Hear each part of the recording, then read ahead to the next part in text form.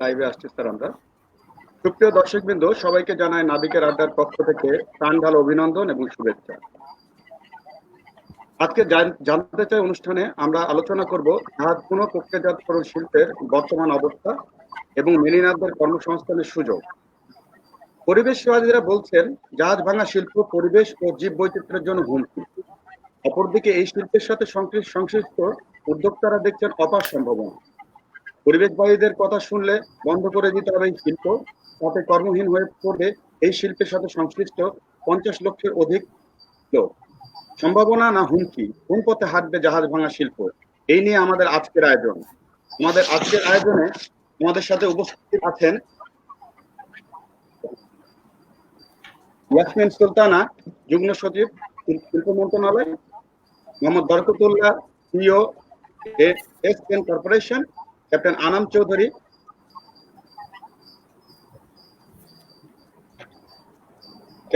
Chowdhury, ship recycling consultant এবং president, Bangladesh national marine officer association; captain Mohammad Sirajul Mowla, CEO, Capella consulting service limited; marine engineer Mohammad Mahbubur Rahman, পরিচালক, HR ship management এবং vice president, Bangladesh national marine officers association.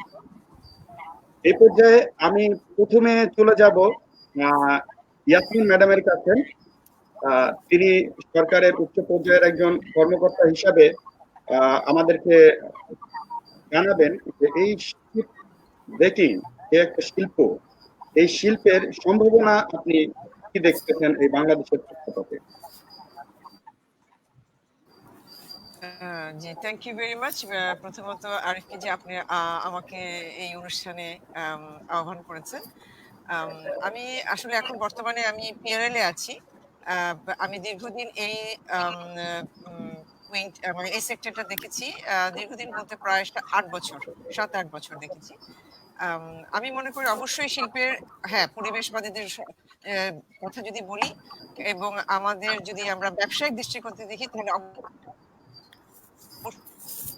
একটা conflict আছে, কিন্তু কনফ্লিক্টটা minimise করবো সেই কথা আমি পরে আসছি। আগে প্রথমেই শিল্প হিসেবে অবশ্যই সম্ভাবনা হয়। একটা হচ্ছে যে প্রথমত যে এখান থেকে আমরা লোহা যেটা পাই সেটা আমাদের বলা হয়ে থাকে, আমাদের যারা এখানে আছেন তারা আরো ভালো বলতে পারবে, প্রায় 50% ভালো হয়ে থাকে আমরা এখানে আমাদের যে লোহার ডিমান্ডটা মিটিয়ে থাকি। এছাড়াও আমাদের অনেক কিছু আমরা পুরোনো জাহাজ থেকে যেটা পাই, সেখানে আমাদের ফার্নিচার থেকে আরো অনেক অনেক কিছু আছে। তারপরে ইলেকট্রনিক্স, মানে অনেক, সেটা ওনারা বলবেন ভালো, অনেক সম্ভাবনা আছে যে এখানে অনেক একটা কর্মসংস্থানের ব্যবস্থাপনা হচ্ছে। তো এখন ব্যবসায়িক দৃষ্টিকোণ থেকে আমরা যে বলি যেটা আমাদের চাহিদা মেটাচ্ছে, আমাদের অর্থনীতিতে বিরাট একটা অবদান রাখছে। এখন সম্ভাবনার সাথে আগেই আমাদের বলতে হবে এটা নিঃসন্দেহে কিন্তু একটা খুবই একটা ডেঞ্জারাস, মানে শিপ রিসাইক্লিংটার সাথে অনেক বিপজ্জনক অনেক বিষয় জড়িত হয়ে আছে। এটা আমরা জানি, যে কারণ এটা একটা সহজ বিষয় না। একটা পুরনো ভাঙা জাহাজকে ভেঙে সেটাকে প্রক্রিয়াজাতকরণ, এটা হচ্ছে শিল্পের দৃষ্টিকোণ থেকে, মানে শিল্পের যে সংজ্ঞা, শিল্প বলতে কি বুঝি, সেই জায়গাটা করাটাই কিন্তু একটা বিশাল চ্যালেঞ্জ।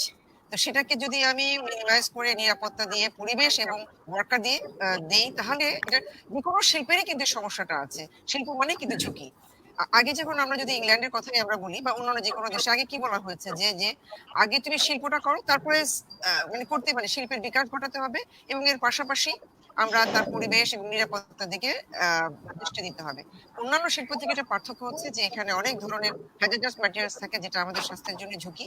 এই ঝুঁকিগুলোকে যদি আমি নিরাপত্তা কে যদি মেনটেন করি, পরিবেশকে সম্মতভাবে করি, সেটা আমরা পরে আর আলোচনা করবো, আমি খুব সংক্ষিপ্ত বলছি, তাহলে এটা অবশ্যই একটা সম্ভাবনাময় শিল্প। এবং আমি মনে করি যে এই আধুনিক উপায়ে এই শিল্পটাকে আসলে আমাকে ব্যবহার করতে হবে। এটা হলো সংক্ষিপ্ত। আমরা মানে অন্য যারা আছেন তাদের কাছে আমরা যেতে পারি। এটা আমার একদম শিল্প মন্ত্রণালয়ের দৃষ্টিভঙ্গি থেকে, যেহেতু আমি কাজ করি। ধন্যবাদ ম্যাডাম, আপনি দায়িত্বশীল পদ থেকে কাজ করেছেন, আপনি অনেক কাছে থেকে এই শিল্পটিকে দেখেছেন এবং আপনার কাছ থেকে আমরা জানতে পারলাম এই শিল্পের সম্ভাবনা সম্পর্কে। আমরা এই পর্যায়ে চলে যাচ্ছি ক্যাপ্টেন আনাম চৌধুরী স্যারের কাছে। ক্যাপ্টেন আনাম চৌধুরী স্যার, আপনি কি শুনতে পাচ্ছেন আমাকে? আমি শুনতে পাচ্ছি। আসসালামু আলাইকুম স্যার। স্যার, কেমন যাচ্ছে দিনকাল? জি আলহামদুলিল্লাহ, ওয়ালাইকুম সালাম। আলহামদুলিল্লাহ, Covid is a wreck for world but also an opportunity for the world, so দুটি দিকে আছে। একদিকে যেমন আমাদের জন্য অনেক বাস্তবতাকে স্বীকার করে দাও, এবং এটা আবার অনেক অপরচুনিটি আসছে, কারণ if you can utilize our challenges, definitely it's an opportunity for us. Same কোশ্চেনটি আপনার কাছে রাখবো, কিন্তু একটু ভিন্ন আঙ্গিকে স্যার। এই কোভিড সিচুয়েশনে আপনি এই শিল্পের সম্ভাবনা কি দেখছেন? এই শিল্প আসলে কোভিড বলে না, কোভিড হয়তো এটাকে একটু থমকে দিয়েছে, বাট কোভিডের পরে যে এফেক্ট আসবে এটা আরো বড় করে আসবে, কারণ যে গ্যাপটা সৃষ্টি হয়েছে বা যে জটলাটা সৃষ্টি হয়েছে, দে উইল স্টার্ট কামিং। যেমন আমরা লাস্ট 2-3টা মাসে মার্চ, এপ্রিল এবং মেতে অনলি 21 শিপস, কিন্তু এখন জুন থেকে এক মাসে হয়তো দেখবে 30 থেকে 40টা জাহাজ আসছে। সো এটা pressure will be very high. So COVID has only just a little bit bottleneck, but when the bottle will be released and we will start living with the COVID, definitely এটা pressure আসবে ট্রেমেন্ডাসলি। এবং এই শিল্পে madam যেটা বললেন যে এটা বিরাট বড় একটা সম্ভাবনা, এবং যে কোনো শিল্পে ঝুঁকিপূর্ণ, এবং ঝুঁকিটা আমরা if you can just take into practical care এবং বাস্তবতার আলোকে যদি আমরা একটু টেক কেয়ার করি, it's a very viable industry. কারণ পৃথিবীতে জাহাজ যতদিন থাকবে এবং জাহাজের যে আমরা মালামাল বহর করি, নর্মাল টাইমে তো আমরা 90% করতাম, কিন্তু এখন সমস্ত অন্য মিনস অফ ট্রান্সপোর্টেশন বন্ধ হয়ে যাওয়াতে এখন আমরা 95 থেকে 96% ক্যারি করি। সেই জাহাজ এই শিপ রিসাইক্লিং থাকতেই হবে, কারণ if you don't recycle the old ships, they will be a hazard for the ocean and for the globe. So এই শিল্পের সম্ভাবনা খুবই উজ্জ্বল। তবে ম্যাডাম যেটা বললেন যে আমরা যদি if we can just take care of the hazards associated with any শিল্প, it's a very prospective one. Thank you sir, thank you আপনার অবস্থান থেকে এই শিল্প সম্পর্কে জানানোর জন্য। আমি এই পর্যায়ে স্যার চলে যেতে চাচ্ছি marine engineer Mohammad Mahbubur Rahman sir, ব্যবস্থাপনা পরিচালক, এইচআর শিপ ম্যানেজমেন্ট এবং ভাইস প্রেসিডেন্ট বাংলাদেশ মাছরাঙা মেরিন অফিসার অ্যাসোসিয়েশন। স্যার। হ্যাঁ, আসসালামু আলাইকুম। ওয়ালাইকুম আসসালাম স্যার, কেমন আছেন স্যার? হ্যাঁ, আমি আছি আলহামদুলিল্লাহ। সবাইকে আমার সালাম। দর্শকবৃন্দ স্যার আপনাকে দেখার অধীর আগ্রহ অপেক্ষায় ছিল। তো এই পর্যায়ে স্যার আপনার কাছে সেম কোশ্চেন নিয়ে যাচ্ছি। আপনি এই শিল্পের সাথে বেশ কিছুদিন ধরে জড়িত স্যার, এবং আপনি যে গ্রিন রিসাইক্লিং প্রক্রিয়ার সাথে অনেক সহযোগিতা করতেছেন আপনার ফার্ম। তো এই ক্ষেত্রে স্যার আমি আপনার কাছে জানতে চাচ্ছি যে আপনি কেমন সম্ভাবনা দেখতেছেন এই শিল্পের? আমি দর্শক শ্রোতাকে সবাইকে আমার সালাম, এবং সবাই দোয়া করি যেন এই কোভিড সিচুয়েশনে যে যেখানে আসে সেফলি থাকুক। সো এখানে আজকে এই অনুষ্ঠানে আসার জন্য, আমন্ত্রণ করার জন্য আমি সবাই তোমাকে আমি প্রথমে ধন্যবাদ জানাই। এবং এখানে যারা আমার সাথে অনুষ্ঠানে যারা আছেন সবাই খুবই অভিজ্ঞ, specially captain Anam Chowdhury sir, Yasmin Sultana madam, তারা এই শিল্পের জন্য দুজন আমি বলবো যে একজন মহিরুহ।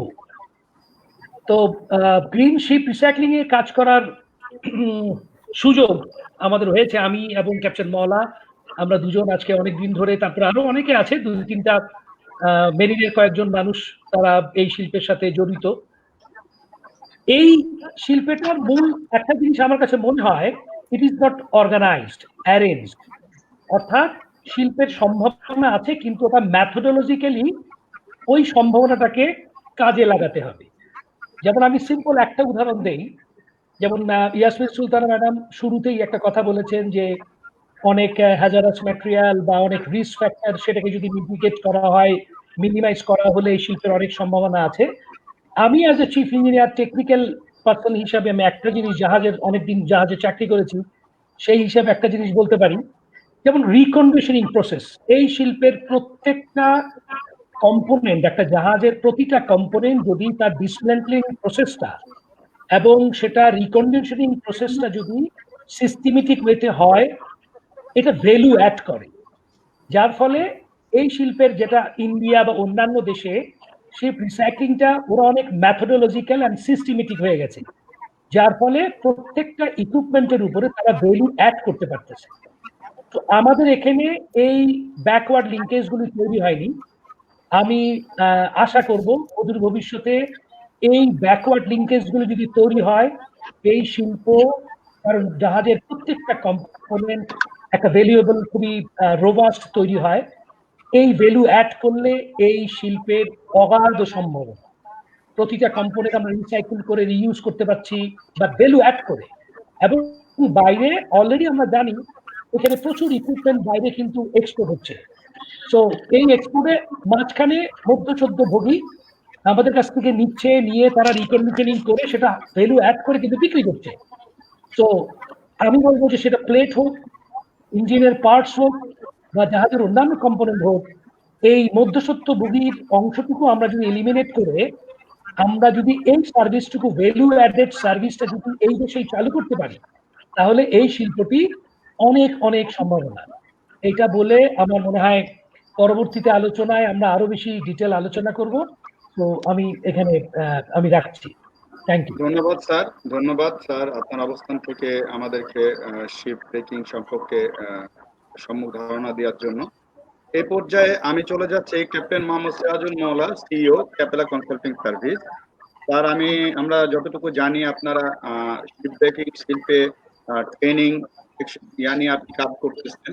তো এক্ষেত্রে স্যার আমি এই সম্ভাবনাটাকে, যে সম্ভাবনা আমরা দেখছি শিপ ব্রেকইয়ার্ডের, এবং আমরা কিন্তু অলরেডি এটা ফিলও করতেছি যে আমাদের কিন্তু ম্যাক্সিমাম যে আয়রনের যে আমরা যে যোগান সেটা আমাদের শিপ ব্রেকিং ইয়ার্ড থেকে আসে। তো সেই ক্ষেত্রে আমি আপনার কাছে জানতে চাই, আপনি আপনার দৃষ্টি থেকে কি সম্ভাবনা দেখতেছেন এই শিল্পে? আসসালামু আলাইকুম সবাইকে। প্রথমে আমি ধন্যবাদ জানাচ্ছি আমাকে এই প্ল্যাটফর্মে ইয়ে করার জন্য। যদিও আমি এইসব জিনিস থেকে একটু ডিটাচ, তারপরে তুমি আমাকে আমন্ত্রণ জানার জন্য ধন্যবাদ জানাচ্ছি। তো সবাই কিন্তু অলমোস্ট আলোচনা করেছে, ইয়াসমিন আপা, আনাম স্যার, মাহবুব, সবাই সবকিছুই অলমোস্ট কভার হয়ে গেছে। ভাই আরো অনেক কিছুই বলবে এই ব্যাপারে। আমি আসলে বেসিক্যালি এটা নিয়ে একটু কথা বলি, প্রশিক্ষণটা নিয়ে। তো আসলে মেরিনারদের জন্য যদি সম্ভাবনা আমি বলি মেয়ের জন্য এই শিল্পে প্রশিক্ষণ সম্ভাবনা। এই কারণে আপনার আসলে ট্রেনিংটা দুই ধরনের আছে, একটা হচ্ছে এক্সটার্নাল, একটা ইন্টারনাল। এক্সটার্নাল ট্রেনিংটা হয় মিনিস্ট্রি অফ ইন্ডাস্ট্রিজ এর কিছু অ্যাপ্রুভড ট্রেনিং ইনস্টিটিউট দিয়ে, আর ইন্টারনাল ট্রেনিংটা হচ্ছে হংকং কনভেনশন কমপ্লায়েন্স এর জন্য ট্রেনিং। আসলে বর্তমানে যে এক্সটার্নাল এজেন্সি দিয়ে এখানে বিএসবি এর যে ট্রেনিং ইনস্টিটিউট আমরা, সেটাতেই শুধু মেরিনারের ইনভলভমেন্ট আছে, অন্যগুলোতে নেই। তো আমি একটা ছোট্ট উদাহরণ এই ক্ষেত্রে, যে তুমি খুব ভালো করেই জানো, তুমি নিজে অনেকদিন চাকরি করছো, একটা থার্ড ইঞ্জিনিয়ার বা একটা সেকেন্ড অফিসার বা একটা ফোর্থ ইঞ্জিনিয়ার যে একটা মাল্টিগ্যাস ডিটেক্টর জীবনে যতবার ইউজ করে, আসলে শিপিং ইন্ডাস্ট্রিজে যারা কাজ করে ওনাদের অন্তত এই জিনিসটা কি ওনাদেরকে এই ডাটা দেওয়া হয়। কারণ মাল্টিগ্যাস ডিটেক্টর কিন্তু শিপ ব্রেকিং ইন্ডাস্ট্রিজ এর ইউজটা, শিপ ব্রেকিং ইন্ডাস্ট্রিজ এর একটা বিশাল বড় একটা জিনিস টু সেভ সামবডিজ লাইফ। এই ধরনের প্রশিক্ষণ, যে প্রশিক্ষণগুলো একেবারে টেকনিক্যাল, যেগুলোতে তোমার বেসিকটা থাকা উচিত, শিপিং বেসিকটা, সেই ট্রেনিং গুলা এক্সটার্নাল বা ইন্টারনাল ট্রেনিং এ মেরিনারদের ইনভলভমেন্টের অপার সম্ভাবনা আছে এখানে। এবং আমি মনে করি যে মেরিনাররা যদি একটা সিস্টেমেটিক বা একটা প্রসেস ওয়েতে যদি এগিয়ে আসে এই শিল্পের ক্যাপাসিটি বিল্ডিং এর জন্য, আই এম শিওর এই শিল্প যে স্টেপে আগাচ্ছে সেটা আরো অনেক দূরে প্রপাগেশনটা হবে, বা এই শিল্পের উন্নতিটা আরো বেশি হবে, যেটা প্রশিক্ষণের জন্য আমি মনে করি যে মেরিনারদের অনেক বেশি প্রয়োজন এই প্রশিক্ষণের জন্য, এক্সটার্নাল ইন্টারনাল। এটা আপাতত একটা সম্ভাবনার কথা আমি বললাম, বাকি সবকিছুই কভার করা হয়েছে এবং আমি শিওর বেশি অ্যাড করবে। Thank you. ধন্যবাদ স্যার। এই পর্যায়ে আমরা চলে যাব Mohammad Barkatullah, CEO SN corporation. আমরা জানি এসএন কর্পোরেশন একটা পাইওনিয়ার শিপ ব্রেকিং ইয়ার্ড।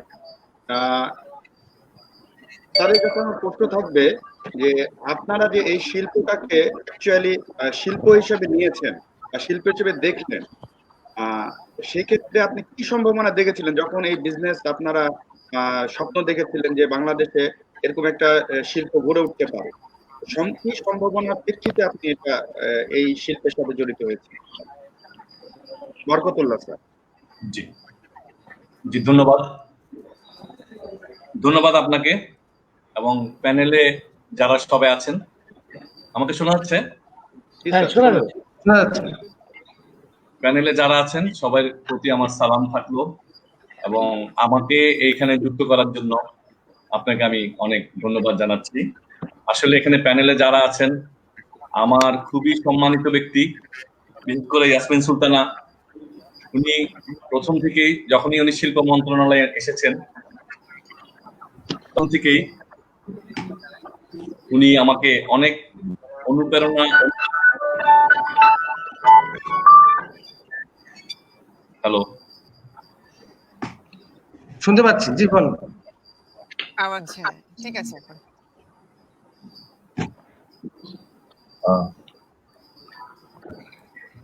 শোনা যাচ্ছে না আপনাকে? বরকতুল্লাহ স্যার, আপনি কি আমাদের শুনতে পাচ্ছেন হ্যাঁ, স্যার? আমার এখানে ইয়ে হয়ে গেল। আচ্ছা, আমি আপনাকে শুনতে পাচ্ছি। তো উনি যখন শিল্প মন্ত্রণালয়ে আসার পর থেকে আমাদের এই ইয়ার্ড সম্পর্কে উনি যথেষ্ট ওনার জ্ঞানী ছিলেন এবং আমাদেরকে যথেষ্ট অনুপ্রেরণা দিয়েছেন এই শিল্পকে ঝুঁকিমুক্ত করে সমৃদ্ধির দিকে এগিয়ে যাওয়ার জন্য।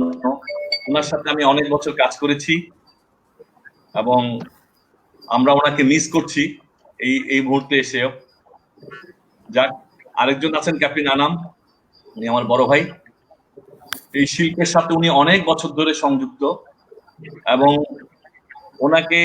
উনি আমাদের একজন খুবই গুরুত্বপূর্ণ ব্যক্তি আমাদের এই শিপ ব্রেকিং সেক্টরের জন্য।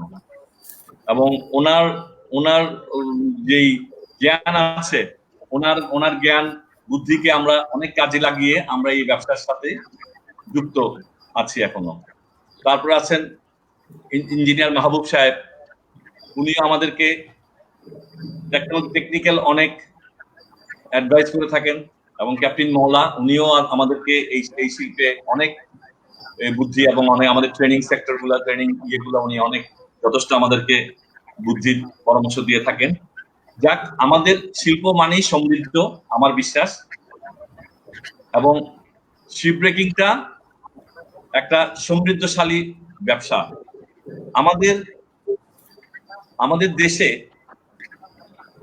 আমাদের দেশে কোনো লোহার খনি নেই, কিন্তু আমরা আমদানি করে ভাসমান খনি আমদানি করছি। আর শুধু লোহার জন্য আমরা শিপ আমদানি করছি না, আমরা এখানে অনেক কিছুই পাচ্ছি। লোহার সাথে আমরা জেনারেটর পাচ্ছি, কেবল পাচ্ছি, ফার্নিচার পাচ্ছি। বিশেষ করে যে পরিবেশের জন্য যে কাঠের যে ফার্নিচার গুলো আমরা পাচ্ছি এই জাহাজ থেকে, এটা আমাদের পরিবেশের দিক দিয়ে অনেক অনেক দূর আমরা এগিয়ে গেছি। এই কাঠগুলো যদি আমাদের গাছ কেটে বানানো হতো, ফার্নিচার গুলা আমাদের অনেক কম উজাড় হয়ে যেত। শুধু কাঠ না, অনেক কিছুই আমরা এই জাহাজ থেকে পাচ্ছি। সুতরাং আমি মনে করবো এটা একটা সমৃদ্ধশালী ব্যবসা, এবং আমি এই ব্যবসার শুধু সম্ভাবনাও দেখছি, এবং বাকিগুলো আমরা আলোচনা করবো প্যানেলে। ধন্যবাদ। ধন্যবাদ স্যার, ধন্যবাদ। একজন উদ্যোক্তা হিসাবে আপনার আসলে শিপ ব্রেকিং সেক্টরটা অনেক বড় সেক্টর। আমরা যদি এর শুধু যে শিপইয়ার্ডে লোক কাজ করছে সেটাও নয়, এটার সাথে অনেক শিল্প জড়িত আছে, এবং এটা থেকে আমাদের অর্থনীতিতে অলমোস্ট, আমি যদি ভুল না করি, 15% আমাদের জিভিএ তে তার অবদান, যেটা গ্রস ভ্যালু অ্যাডেড, যেটা আমাদের আছে আমাদের এই ব্লু ইকোনমিতে 15% হচ্ছে এই শিপ ব্রেকিং ইয়ার্ড থেকে আসে। তো it's a huge amount of contribution একক শিল্প হিসাবে। এক্ষেত্রে আমি আবার মাহবুব স্যারের কাছে চলে যাচ্ছি। স্যার, আপনি আপনার এইচআর শিপিং অনেকদিন ধরে শিপ ব্রেকিং ইয়ার্ডের সাথে কাজ করতেছে।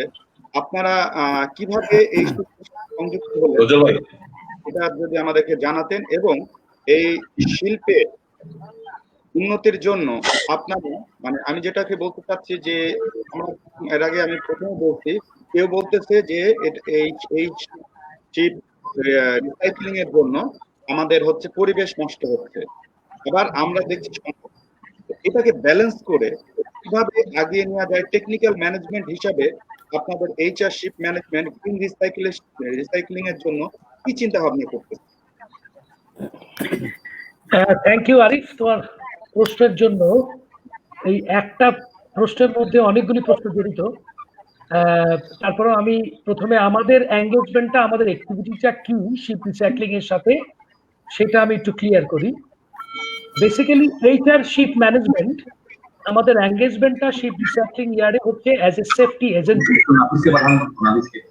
মন্ত্রণালয় আমাদের থার্ড পার্টি হিসাবে আমরা বাংলাদেশ সরকারের শিল্প মন্ত্রণালয়ের অধীনস্থ সাহায্যকারী একটা অঙ্গ সংগঠন হিসাবে আমরা কিছু কাজ করি, কিছু টেকনিক্যাল কাজ করি। তার মধ্যে এর মধ্যে ইনিশিয়ালি আমরা সেফটি এজেন্সি, সরকার একটা টেকনিক্যাল কমিটি, রিভিউ কমিটির মাধ্যমে আমাদেরকে সিলেকশনটা করে দুইটা সেফটি এজেন্সিকে আমাদের অ্যাপয়েন্টমেন্ট দেয়। এই দুইটা সেফটি এজেন্সির মূল টার্গেটটা হচ্ছে তারা শিল্প মন্ত্রণালয়কে সাহায্য করবে। কিভাবে সাহায্য করবে?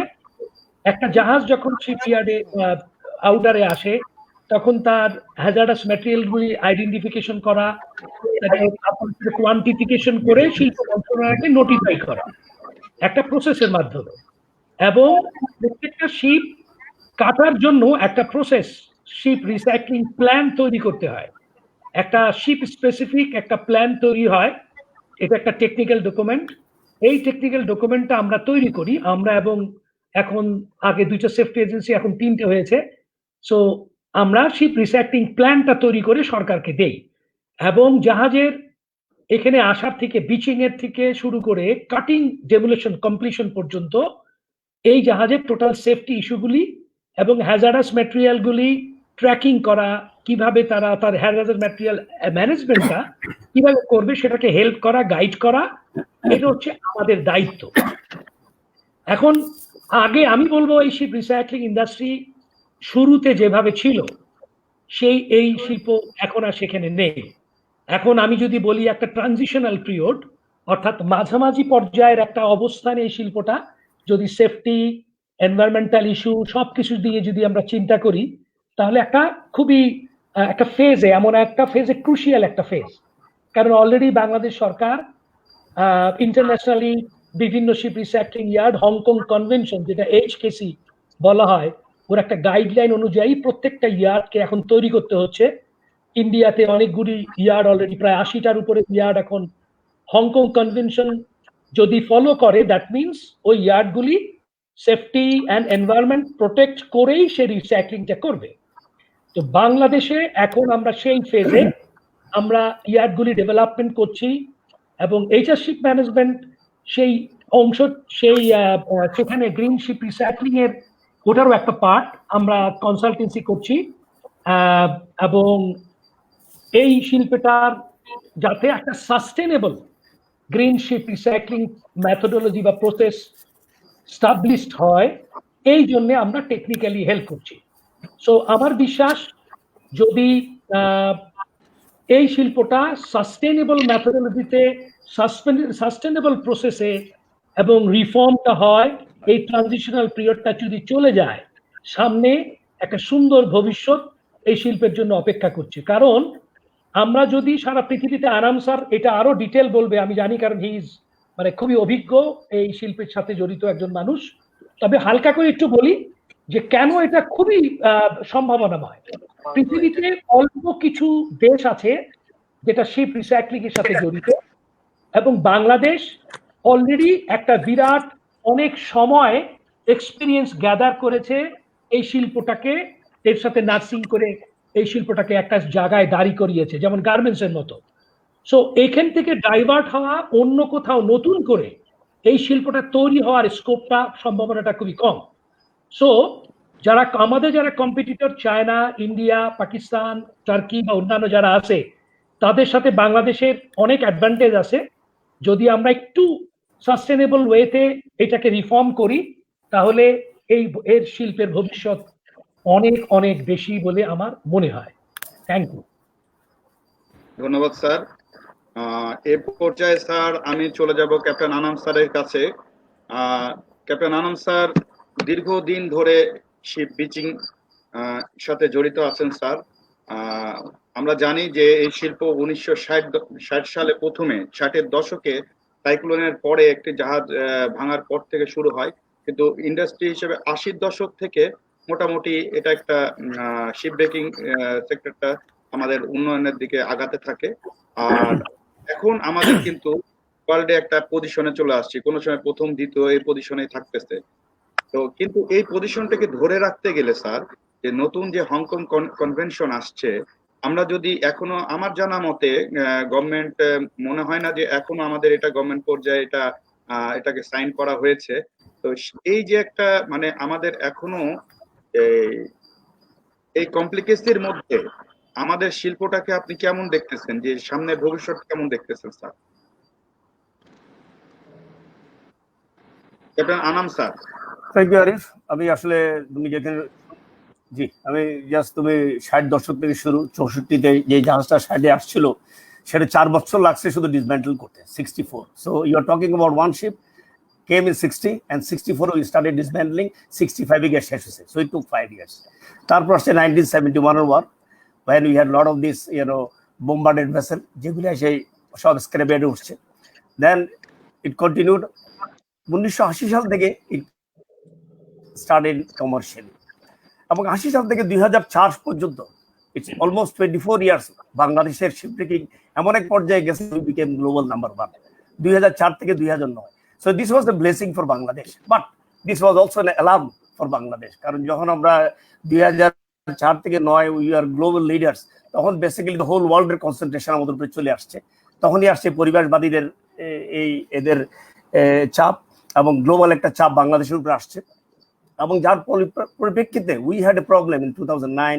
এবং তোমার you'll be shock to hear যে আমরা নাম্বার 1 থেকে we came to number 4 and 5 2010 এবং 11 we went to the bottom due to some anti-ship recycling lobbies successful in bringing about partial to total haulage through আমাদের honourable high court থেকে। So এটা দুটো দিক আছে, একটা হলো যে পজিটিভ দিক হলো যে we long for improvisation of our techniques, আর যেটা হয়েছে যে it affected Bangladesh economy in a big way. এবং তখন নৌ মন্ত্রণালয় দায়িত্বপ্রাপ্ত ছিলেন, এবং তার আগে এটা ওই কমার্স মিনিস্ট্রি ছিলেন। So there was no specific focal ministry. আমরা আসলে sweeping around here and there. এই সিচুয়েশন হলো। দেন একটা পর্যায়ে গেল যে বাংলাদেশ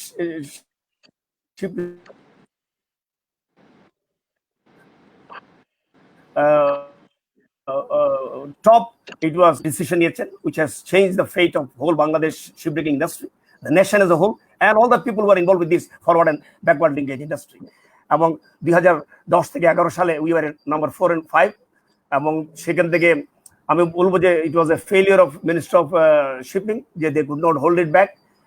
13 ফেব্রুয়ারি আমার মনে আছে 2011 সালে এটাকে শিপ রিসাইক্লিং কে একটা ইন্ডাস্ট্রি হিসেবে ডিক্লেয়ার করা হলো, এবং 23 এপ্রিল বোধহয় 2011-তে it was given to ministry of industry. এবং 12 ডিসেম্বরে ministry of industry being in experience ministry, ওনারা হাইকোর্টের এই রুলিং এর এগেইনস্টে they formulated the ship recycling rules.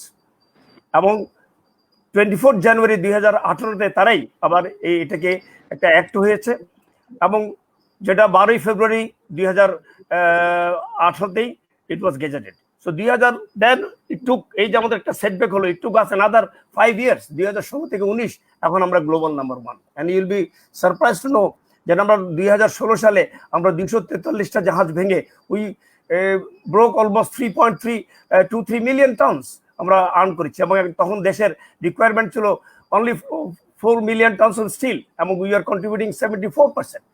বর্তমানে আমাদের চাহিদা বেড়ে যাওয়াতে now we contribute around 60% of the national steel requirement। তো এখন 2000 আছে এই কোভিডের কারণে মানে last March April May this were the disasters months, কিন্তু এটার now it has started opening up, যেহেতু আমরা এখন we are living the we have to live with Covid for another couple of years, because Covid মানে eradication is next to impossible in couple of years. So we are now the whole industry, I think shipbreaking industry is one of the major industry who have started living with COVID, and I am very thankful to these breakers. ওনারা আসলে very young and dynamic, you can see বরকত সাহেব এখানে আসছেন, ওনার এজের লোকরাই আসলে basically এখন the owners of shipbreaking sector, এবং এরা এত ডাইনামিক, এত এনার্জেটিক, and I wish ওনারা এইভাবে কন্টিনিউ করলে ওনাদের যে নেক্সট জেনারেশন আছে they will push the ship reselling to a very prosperous level. এবং শুধু সেটা না, এখন 2020 সালে এসে আমরা যখন এই যে রুলস গুলি হয়েছে এবং অ্যাক্টগুলি হয়েছে, এগুলির অনেকগুলির ডুপ্লিকেশন হয়েছে জায়গায় জায়গায়, কিছু কিছু ইমপ্র্যাকটিক্যালিটি আসছে, সেগুলি কিন্তু এখন আবার অ্যামেন্ডমেন্ট শুরু হয়েছে, and I am working on it and we are almost on the final stage, এবং আমরা এটা ইনশাআল্লাহ করে যাচ্ছি.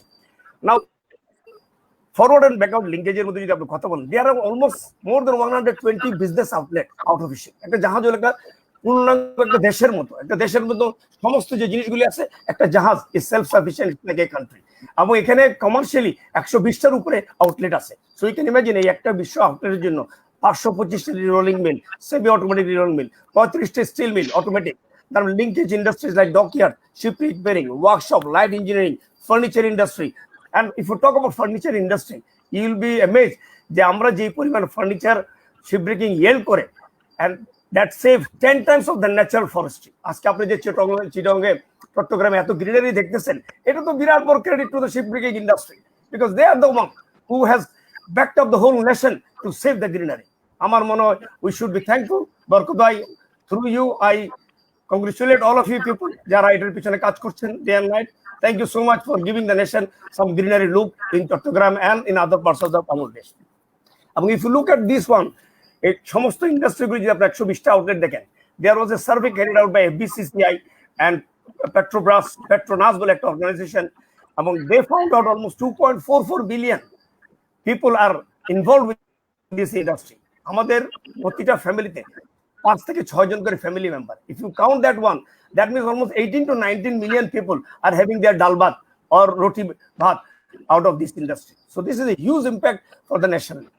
এখন যদি আপনি ন্যাশনাল দেখেন, বর্তমানে আমরা 60% ন্যাশনালি কন্ট্রিবিউট করি, গ্লোবালি উই কন্ট্রিবিউট 36%, এবং আমরা প্রতি অ্যাভারেজে লাস্ট 10 ইয়ার্সে আমাদের we do almost 7 million gross tons per year আমরা রিসাইকেল করি.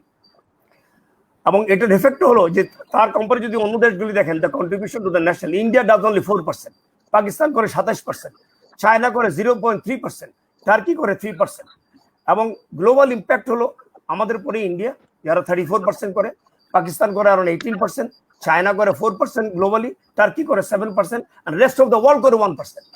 And if you look at the gross tonnage contribution for last year average, আমরা এবং India almost at par, 7 million gross tons per year আমরা করি, পাকিস্তান করে 2 million, decreasing, China করে 5 million, it is decreasing because China stop taking any foreign ships, ওরা শুধু domestic গুলি recycle করে, যার কারণে ওদের নিচের দিকে যাচ্ছে, টার্কিটা 0.7.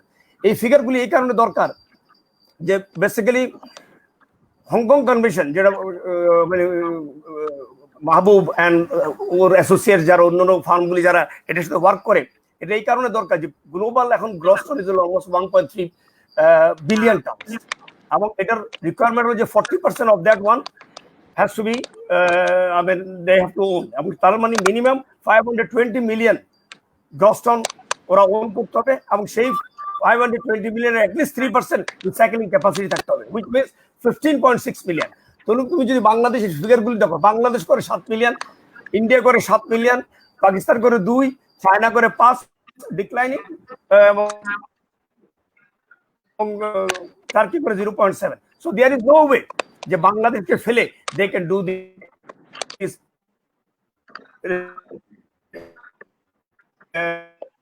ratification. So বাংলাদেশ এই হংকং কনভেনশন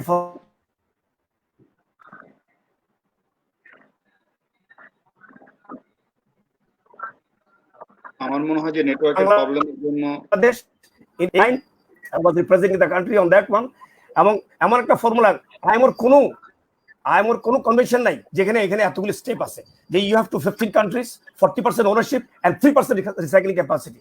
সো এই 3% রিসাইক্লিং ক্যাপাসিটির কারণেই শিপ ব্রেকিং নেশনগুলি আজকে এখনো দাঁড়িয়ে আছে, they are sustainable, otherwise would have been blown up by blockade and everything. So thanks to IMO who has understood, and it is the effort of Bangladesh who was primarily fighting to ensure that we are not being taken a ride by the non-breakers. কারণ আমরা globally এই তিনটা দেশ India, Pakistan, Bangladesh মিলে আমরা 75% break করি, কিন্তু দেখা গেছে যে গ্লোবালি আমাদের নিয়ম নীতিগুলি ফর্মুলেট করে যারা 1% করেন, যারা লেস দেন 1% করেন তারাই করেন। But now this is not possible. They have to take us into our bag, and to take us into bag they have a moral responsibility. ওদের সেই রেসপন্সিবিলিটি যে bilaterally they have to support us to bring us to that level. কারণ এর মধ্যে আপনি জানে থাকবেন যে there are a couple of watchdogs. There is a vessel convention which was initially off the table, নিয়ম এর উপরে মানে প্রয়োগ করতে চাইছিল, which did not work এই কারণে because it was not designed and tailor made for shipbreaking. It was for shore based industries. ওদের এই hazardous waste গুলি মুভমেন্ট রেস্ট্রিকশন করার জন্য ওটা হয়েছিল, so it did not work out. Then came a European ship recycling rules. But if you look at the European ship recycling rules, it is also very funny because it is highly ambiguous. They are not, their total shipwreck is sponsored by the government. Government pays the money for the ship and they get it free. Among they also cutting in general service of mine. So other context, among other practicality is far different than Bangladesh, India and Pakistan. So এই কারণে আমি বলতেছি যে Bangladesh is in a very strong position. আমাদের একটা জিনিস মনে রাখতে হবে যে there was a requirement, there was a time in the world, সবাই বলতো যে এই দেশ ধনী যার গোল্ড বুলিয়ন ছিল, but that conception has change now. Now it is the steel quantity is being used. Bangladesh আমরা যখন প্রথমে শিপ ব্রেকিং শুরু করি আমরা মাত্র 7.5 কেজি ইউজ করতাম per person per year. Now we have gone to almost 19 to 20 kilo per year. We are now almost crossing Africa, which is 20 kilo. Europe is doing 340 kilo. North America is doing around 420 kilo per person per year. Japan is 635. Korea is around 830 kilo. Taiwan is around 970 kilo. And if you talk about Singapore, more than 1200 kilo. So that is how the benchmark the ship recycling industry has set to the global. It's not only in Bangladesh. It is globally বিরাট বড় impact. এবং যারা এই উপাযোগগুলি আছেন আসলে they have their moral obligation. Unfortunately আমাদের government because we have so much of other problems এটার উপরে concentrate করতে পারেন নাই। উচিত ছিল যে এই শিপ ব্রেকিং ইন্ডাস্ট্রিকে বাইল্যাটারালি উইথ আদার গভর্নমেন্টস করার জন্য, কিন্তু আমাদের দেশে যে এইডগুলি আছে আমি not to discourage them but basically এই ওনারা এসে ওনাদের কনসালটেন্টরা 70% ফিসগুলি নিয়ে যায় এবং ওনারা এসে বহুত রিসার্চ করে আমাদেরকে বিরাট বড় বড় প্রেসক্রিপশন দিয়ে ধরাই দিয়ে যান। আসলে Bangladesh is not in the prescription stage now. আমরা we know what is our problem, we know the medicine because we are building in multi direction. Now we need to patch these holes. A prescription দিয়ে আমাদের আর কোনো solution হবে না। We need a structural development. এবং যেটা India has played the game, ওনারা জাপানকে enforce করছে, Japan যে বলেছে যে we are recycling most of your vessel, so we are going to bring it a mandate to the world. I was there in that meeting in the IMO. বলছে যে এখন যেমন বিভিন্ন ইন্ডাস্ট্রিগুলি ওরা যদি ইউরোপে কোনো ওদের প্রোডাক্ট সেল করতে চায়, টিভি, ফিলিপস, বলতে তোমাকে আগে রিসাইক্লিং ইন্ডাস্ট্রি করতে হবে। You have to recycle your own goods after the consumer finishes his use. You have to recycle. এবং if that becomes a system, তাহলে জাপান যদি has to take back all their ship for recycling, Japan's economy will just go down এবং ওদের total building বন্ধ হয়ে যাবে। So India has taken the chance. Unfortunately, Bangladesh could not. Despite that we were the pioneer, we should have got it. এবং আজকে এই যে মাহবুব যেটা বললো যে 80টা industry shipbreaking yard statement of compliance পেয়েছে, it is because of Japan's donation. They have spent a lot of millions of dollars to develop these yards, and unfortunately we cannot. I mean, we could not avail the train because of either government's persuasion, or it could be that we fail to convince those people. এটা bilaterally করতে হবে. It is not shipbreaking responsibility. কারণ green yard is not a matter of joke. এটা করতে গেলে এই কোম্পানিতে এক একটা ইয়ার্ডের জন্য 30 থেকে 50 কোটি টাকা দরকার, এবং with such a high rate of interest from the bank, it is impossible for a breaker to invest so much of money and get the return out. আমি মনে রাখি, and if there is further more we can just continue. Thank you. ধন্যবাদ sir, ধন্যবাদ। আপনি এই শিল্পের অনেক সম্ভাবনা, বিকাশ, অনেক কিছুই বললেন স্যার। আমাদের পজিশনও অনেক সামনের দিকে গেছে, কিন্তু আমরা এই যে অনেক ভালো কিছুর মধ্যেও কিন্তু অনেক খারাপ নিউজ আমরা পাই। আমরা পত্রিকাতে দেখতে পাই যে আজকে শিপইয়ার্ডে এতজন মারা গিয়েছে, একটা আনসেফ প্র্যাকটিসের জন্য আমাদের এই লেবার গুলো চাইল্ড লেবারের কথা শোনা যায়, বিভিন্ন রকম তথ্য আমরা নিউজ পেপারে পেয়ে থাকি। এক্ষেত্রে আমি চলে যাব ক্যাপ্টেন মাওলা স্যারের কাছে।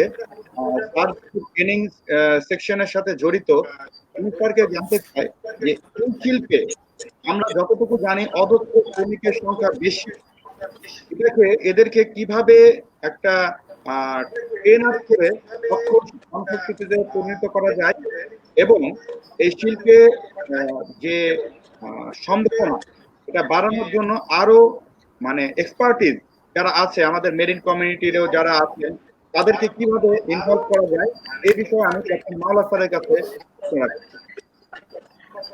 আরিফ, ধন্যবাদ। আরিফ, যদিও তোমার কথাটা অনেক ভেঙে ভেঙে আসছিল, আমি প্রশ্নটা পুরো বুঝতে পারি নাই। যেটা বুঝতে পেরেছি যে তুমি জানতে চাচ্ছো যে এই শিল্পের সম্ভাবনাকে কাজে লাগানোর জন্য ক্যাপাসিটি বিল্ডিং এ কিভাবে ম্যারিনাররা ইনভলভ, মনে এটাই ছিল আমার যতটুকু আমি বুঝতে পেরেছি। আমি not only mariner sir, I want to know from you যে আমাদের যে শ্রমিক এখন আছে, যারা অদক্ষ শ্রমিকগুলো যারা কাজ করতেছে, তাদের কি করে ক্যাপাসিটি বিল্ড আপ করা যায়, তাদেরকে কিভাবে দক্ষ করা যায়, সেফটি কনসাস কিভাবে তাদের মধ্যে নিয়ে আসা যায়, এটার জন্য আপনারা কিভাবে কাজ করছেন? ধন্যবাদ আরিফ। আমি একটু সময় নিয়ে একটু ব্যাকওয়ার্ডে যাচ্ছি। তুমি যখন 2011 এর আগে কিন্তু শিপব্রেকিং ইন্ডাস্ট্রিতে কোনো প্রশিক্ষণের কোনো কিছু ছিল না, যেটা ছিল হয়তো কোনো যেমন বাংলাদেশ সরকারের কোনো একটা ফান্ডের মাধ্যমে ডাইভ কলকারখানা পরিদর্শন অধিদপ্তর একটা কিছু ট্রেনিং ছিল। 2011 এ যখন আনাম স্যার বললো যখন শিপব্রেকিং বন্ধ হয়ে যায়, বেশিক্ষণ বন্ধ থাকার পরে হাইকোর্টে যে মহামান্য হাইকোর্টে ভার্ডিক্ট দিয়েছিল, সেখানে প্রশিক্ষণের প্রসঙ্গটা আসার পরে কিন্তু মানে এডুকেশনাল জিনিসটা ইনস্টিটিউশনাল হয় সে 2011 এ। তো সিন্স ইনসেপশন আমি এটার সাথে জড়িত, যে আসলে যখন আমরা এই জিনিসটা ট্রেনিংটা স্টার্ট করতে গিয়েছিলাম, তখন যে জিনিসটা হচ্ছে যে আসলে যে কোনো প্রশিক্ষণের জন্য যেটা সবচেয়ে বড় প্রয়োজন সেটা হচ্ছে টিএনএ, ট্রেনিং নিড অ্যাসেসমেন্ট। আসলে আমরা কোথায় আছি, আমাদের কি জিনিসটা প্রয়োজন, এই জিনিসটা আমরা জানার চেষ্টা করেছিলাম। যদিও সময়টা খুব স্বল্প ছিল, তখন খুব দ্রুত ইয়ারটাকে আবার সচল করার জন্য একটা পদক্ষেপের প্রয়োজন ছিল। তো তখন আমরা যে জিনিসটা দেখেছি, আসলে আমাদের যে ওয়ার্কারদের মধ্যে যে জিনিসটা আছে সেটা হচ্ছে তাদের স্কিলটা হচ্ছে আনপ্যারালাল, আমি বলবো state of the art skill. তাদেরকে একটা কথা আছে শিপব্রেকিং ইন্ডাস্ট্রিতে, তুমি যদি একটা কাটারকে যদি কোনো জিনিস কাটতে দাও, সে যদি চোখ বন্ধ করে কাটে, এরপরে তুমি স্কেল নিয়ে যাও, সেটাকে তুমি স্ট্রেট পাবা। তাদের স্কিল ইজ সো গুড, তাদের স্কিল ওয়াইজ তাদের কোনো প্রবলেম নাই। তাদের অ্যাকচুয়ালি প্রবলেম জিনিসটা হচ্ছে বা তাদের ল্যাকিংস জিনিসটা যেটা হচ্ছে তাদের নলেজ এবং অ্যাটিটিউড জিনিসটা। তো নলেজ এবং অ্যাটিটিউড জিনিসটা বাড়ানোর জন্যই কিন্তু ট্রেনিংটার প্রয়োজন ছিল বা প্রশিক্ষণটা ছিল।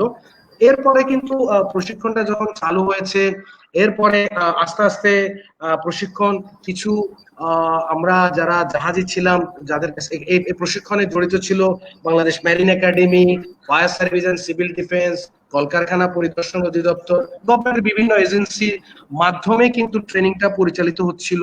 এর পরবর্তীতে গভর্নমেন্ট আরো কিছু ট্রেনিং ইনস্টিটিউটকে পারমিশন দিয়েছে, তো সবাই মিলে ট্রেনিং করাচ্ছে। এরপরে সবচেয়ে বড় যে মুভটা ছিল সেটা ছিল সেন্সরেক, সেফ এন্ড এনভায়রনমেন্টাল ফ্রেন্ডলি যে শিপ ব্রেকিং রিসাইক্লিং এর জন্য যে একটা প্রজেক্ট ছিল আইএমও এবং নোরাড ফান্ডের, সেখানে একটা ওয়ার্ক প্রজেক্ট ছিল, সেটা ছিল ক্যাপাসিটি বিল্ডিং।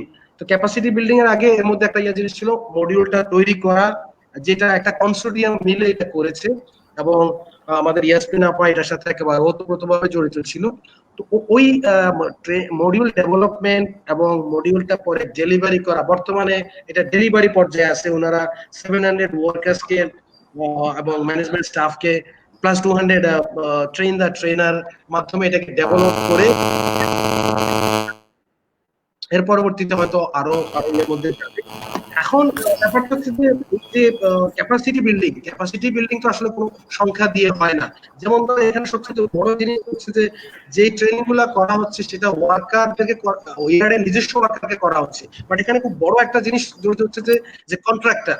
এই কন্ট্রাক্টরের ওয়ার্কারদের আসলে প্রশিক্ষণটা যতদিন পর্যন্ত না হয়, তোমরা একটা ইন্টারেস্টিং জিনিস হয়তো এটা বাহিরের অনেকেই জানে না, যে যখন ইয়ার্ডে একটা দুর্ঘটনা হয়, টিভির স্ক্রলে আসে অমুক ইয়ার্ডে একটা দুর্ঘটনা হয়েছে, মারা গেছে, ইয়ার্ডের নাম আসে, কিন্তু হয়তো দেখা যাচ্ছে এটা ইয়ার্ডের ওয়ার্কার না, এটা হয়তো কন্ট্রাক্টরের ওয়ার্কার। এই জিনিসগুলা যে হচ্ছে, অনেক সময় কন্ট্রাক্টরের ওয়ার্কার যারা আছে ট্রেন না, ইয়ার্ডের ওয়ার্কার ট্রেন। এই আসলে এখনো কিন্তু ক্যাপাসিটি বিল্ডিং এর অনেক স্কোপ রয়ে গেছে। আমরা এতক্ষণ যে সম্ভাবনার কথা বলছি, সেই সম্ভাবনার সাথে একটা বড় ঝুঁকিও কিন্তু আছে। সেই ঝুঁকিটা কিন্তু ততদিন পর্যন্ত ওভারকাম করা যাবে না যতক্ষণ পর্যন্ত তুমি এই 100% ওয়ার্কারকে, হোক সে ইয়ার্ড ওয়ার্কার, হোক সে কন্ট্রাক্টর ওয়ার্কার, হোক সে ডেইলি বেসিস ওয়ার্কার, তাকে যতক্ষণ পর্যন্ত তুমি ট্রেন না করতে পারবা ততক্ষণ পর্যন্ত এই সম্ভাবনা, ঝুঁকিটাকে সম্ভাবনা থেকে আলাদা করা যাবে না। অবশ্যই এটা সবাই বলতে পারে যে শিপ ব্রেকিং, শিপ জাহাজটা নিজেই এটা হ্যাজার্ডাস জিনিস, শিপ ইটসেলফ এ হ্যাজার্ড, ওই হ্যাজার্ডের মধ্যে হ্যাজার্ডাস থাকবেই। আমরা শিপ ব্রেকিং ইন্ডাস্ট্রি যত সম্ভাবনার কথাই বলি, যাই কিছু বলি, হংকং কনভেনশন, ইভেন হংকং কনভেনশনের বড় একটা এলিমেন্ট কিন্তু ওয়ার্কার্স ডেভেলপমেন্ট, ওয়ার্কার্স ট্রেনিং। একটা বিশাল একটা হচ্ছে, না তুমি সাস্টেনেবল জিনিসটা পাচ্ছ না। তদ্রুপ Bangladesh ship breaking recycling rules এরও কিন্তু একটা বড় অংশ জুড়ে হচ্ছে ট্রেনিং। এই ট্রেনিং বা ক্যাপাসিটি বিল্ডিং, সেই ক্যাপাসিটি বিল্ডিং এক্সটার্নাল ইন্টারনাল বোথে হবে। আমার কাছে যেটা সবচেয়ে বড় মনে হচ্ছে যে এই ঝুঁকিটা ইয়াটার জন্য আমাদের হিউম্যান রিসোর্সের কিন্তু কোনো অভাব নাই। আনাম স্যার যেটা বললো, 6 লাখ 6-এর সাথে গুণিত অনেক কিছু আছে যারা হয়তো ইনডাইরেক্টলি জড়িত, ডাইরেক্টলি হয়তো আমি জানি না, বরকত ভাই ভালো বলতে পারবে এক্স্যাক্টলি সংখ্যাটা কত। আমি ধরে নিলাম 50,000 হিউম্যান রিসোর্সেস যারা আছে, আবার মৌসুমী লেবার হয়তো কথার কথা 100,000। কিন্তু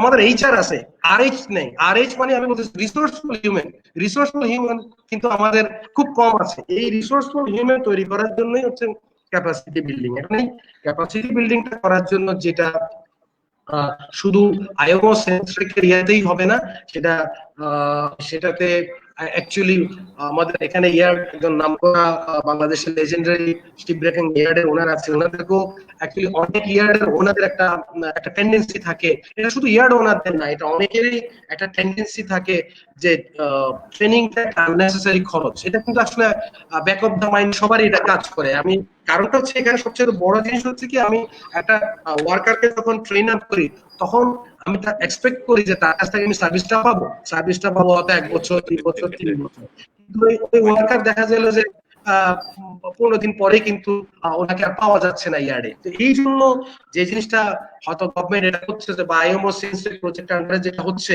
যে একটা ডাটাবেস তৈরি করা হচ্ছে যেখানে ট্রেন ওয়ার্কফোর্স এর নাম থাকবে, এবং যেটা বিএসবিআরএ ইন ফিউচার ওনাদের কাছে হ্যান্ড ওভার করা হবে। এটার উপরে থাকবে, অথরিটি থাকবে।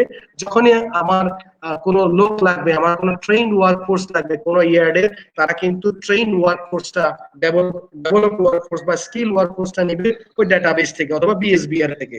সেই জন্য এই যত সম্ভাবনাই আমরা বলি, এই সম্ভাবনার থেকে যেহেতু এটা একটা সোশিও টেকনিক্যাল ইন্ডাস্ট্রি, অথবা আমি যদি ঘুরায় বলি টেকনো সোশিয়াল ইন্ডাস্ট্রি, যেখানে টেকনিক্যালিটি বেশি as well as social involvement আছে, অনেক বেশি মানুষ কাজও করে। আসলে সেই ক্ষেত্রে রিসোর্সফুল হিউম্যান না করে আসলে এই সম্ভাবনাকে কাজে লাগানো সাস্টেনেবল ইন্ডাস্ট্রি পাওয়া যাবে বলে আমার মনে হয় না। আর এখানে যদি ইনভলভ হতে হয়, ডেফিনেটলি শুধু মেরিনারের না, এটা আরো অনেকেরই এই ক্ষেত্রে এইখানে ইনভলভ হওয়ার বা আমি বলবো কন্ট্রিবিউট করার মতো পসিবিলিটি আছে। তবে মেরিনারদের পসিবিলিটি একটু বেশি এই কারণে যে আমরা কিন্তু জাহাজ সম্বন্ধে খুব বেশি রকমের আমরা জীবনে অন্য কিছুই শিখি না, আমরা শুধু জাহাজে শিখেছি। তো এই জন্য ডেফিনেটলি একটা কথা আছে যে শিপ ব্রেকিং কিন্তু শিপ বিল্ডিং এর রিভার্স।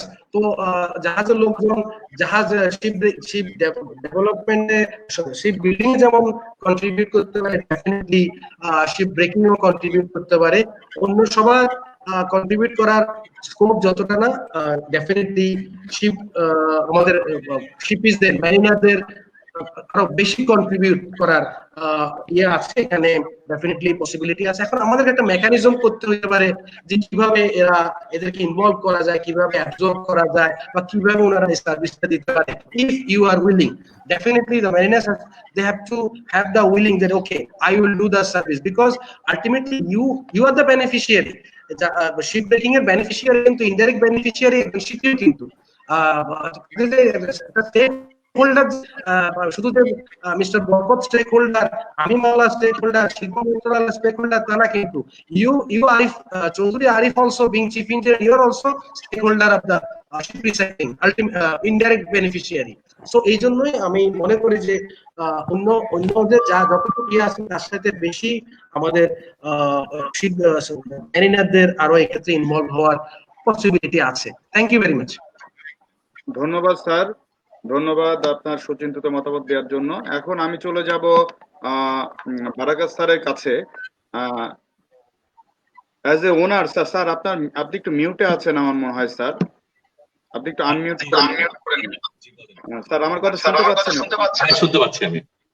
আচ্ছা স্যার, স্যার আমার প্রস্তুতি হচ্ছে স্যার যে আপনারা ওনার সাইড থেকে একটা ইকো হচ্ছে স্যার, আমার মনে হয় যে আমি শুনতে পাচ্ছি। এখন কি ইকো হচ্ছে? স্যার আমার মনে হয় আপনি ফেসবুকে আছেন, এই জন্য ওখানে ইকো সৃষ্টি হচ্ছে, আপনি কথা বললে এটার ইকোটা আসবে। যাই হোক, হাউএভার আমি যেটা বলতেছিলাম স্যার যে অ্যাজ এ ওনার আপনারা এই যে আমাদের যে গ্রিন রিসাইক্লিং এর জন্য পদক্ষেপ গ্রহণ করা হচ্ছে, আপনারা এই শিল্পে গ্রিন রিসাইক্লিং এস্টাবলিশমেন্টের জন্য কিভাবে চিন্তা ভাবনা করতেছেন? আমি প্রশ্নটা বুঝি নাই। আমরা গ্রিন রিসাইক্লিং নিয়ে যে আলোচনা করছিলাম, আমাদের মাহবুব স্যার বলেছেন, প্লাস হংকং কনভেনশনের এগুলো নিয়ে যে কথাবার্তা হচ্ছে, সেক্ষেত্রে ওনার হিসাবে আপনাদের কন্ট্রিবিউশনটা কেমন থাকবে? জি, ধন্যবাদ আপনাকে। আমরা গ্রিন আসলে আমাদের এখানে টোটাল ইয়ার্ড হলো 90টা ইয়ার্ড আমাদের, তার মধ্যে 50টা ইয়ার্ড অ্যাক্টিভ কাজ করছে, জাহাজ কাটিং চলছে, মানে অ্যাক্টিভ আছে।